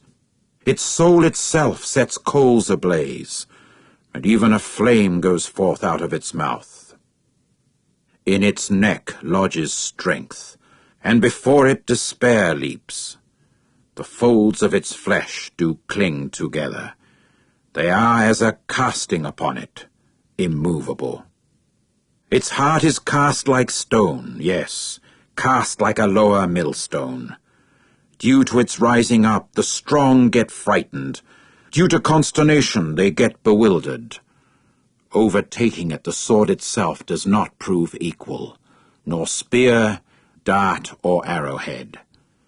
It regards iron as mere straw, copper as mere rotten wood. An arrow does not chase it away. The sling stones have been changed for it into mere stubble. A club has been regarded by it as mere stubble, and it laughs at the rattling of a javelin. As pointed earthenware fragments are its underparts, it spreads out a threshing instrument upon the mire. It causes the depths to boil just like a pot. It makes the very sea like an ointment pot. Behind itself it makes a pathway shine. One would regard the watery deep as grey-headedness. Upon the dust there is not the like of it, the one made to be without terror. Everything high it sees. It is king over all majestic wild beasts. Chapter 42. And Job proceeded to answer Jehovah and say, I have come to know that you are able to do all things, and there is no idea that is unattainable for you. Who is this that is obscuring counsel without knowledge? Therefore I talked, but I was not understanding things too wonderful for me, which I do not know. Hear, please, and I myself shall speak. I shall question you, and you inform me. In hearsay I have heard about you, but now my own eye does see you. That is why I make a retraction, and I do repent in dust and ashes. And it came about, after Jehovah had spoken these words to Job, that Jehovah proceeded to say to Eliphaz the Temanite, My anger has grown hot against you and your 2 companions, for you men have not spoken concerning me what is truthful, as has my servant Job. And now take for yourselves 7 bulls and 7 rams, and go to my servant Job. And you men must offer up a burnt sacrifice in your own behalf, and Job my servant will himself pray for you. His face only I shall accept, so as not to commit disgraceful folly with you. For you have not spoken concerning me what is truthful, as has my servant Job. Accordingly, Eliphaz the Temanite and Bildad the Shuhite and Zophar the Naamathite went and did just as Jehovah had spoken to them. And so Jehovah accepted Job's face. And Jehovah himself turned back the captive condition of Job when he prayed in behalf of his companions, and Jehovah began to give in addition all that had been Job's in double amount. And there kept coming to him all his brothers, and all his sisters, and all those formerly knowing him, and they began to eat bread with him in his house, and to sympathize with him, and to comfort him over all the calamity that Jehovah had let come upon him. And they proceeded each one to give him a piece of money, and each one a gold ring. As for Jehovah, he blessed the end of Job afterward more than his beginning, so that he came to have 14,000 sheep, and 6,000 camels, and 1,000 spans of cattle, and 1,000 she-asses. He also came to have 7 sons and 3 daughters. And he went calling the name of the first Jemimah, and the name of the second Keziah, and the name of the third, Keren-Happuch. And no women were found as pretty as Job's daughters in all the land, and their father proceeded to give them an inheritance in among their brothers. And Job continued living after this 140 years, and came to see his sons and his grandsons 4 generations. And gradually Job died, old and satisfied with days.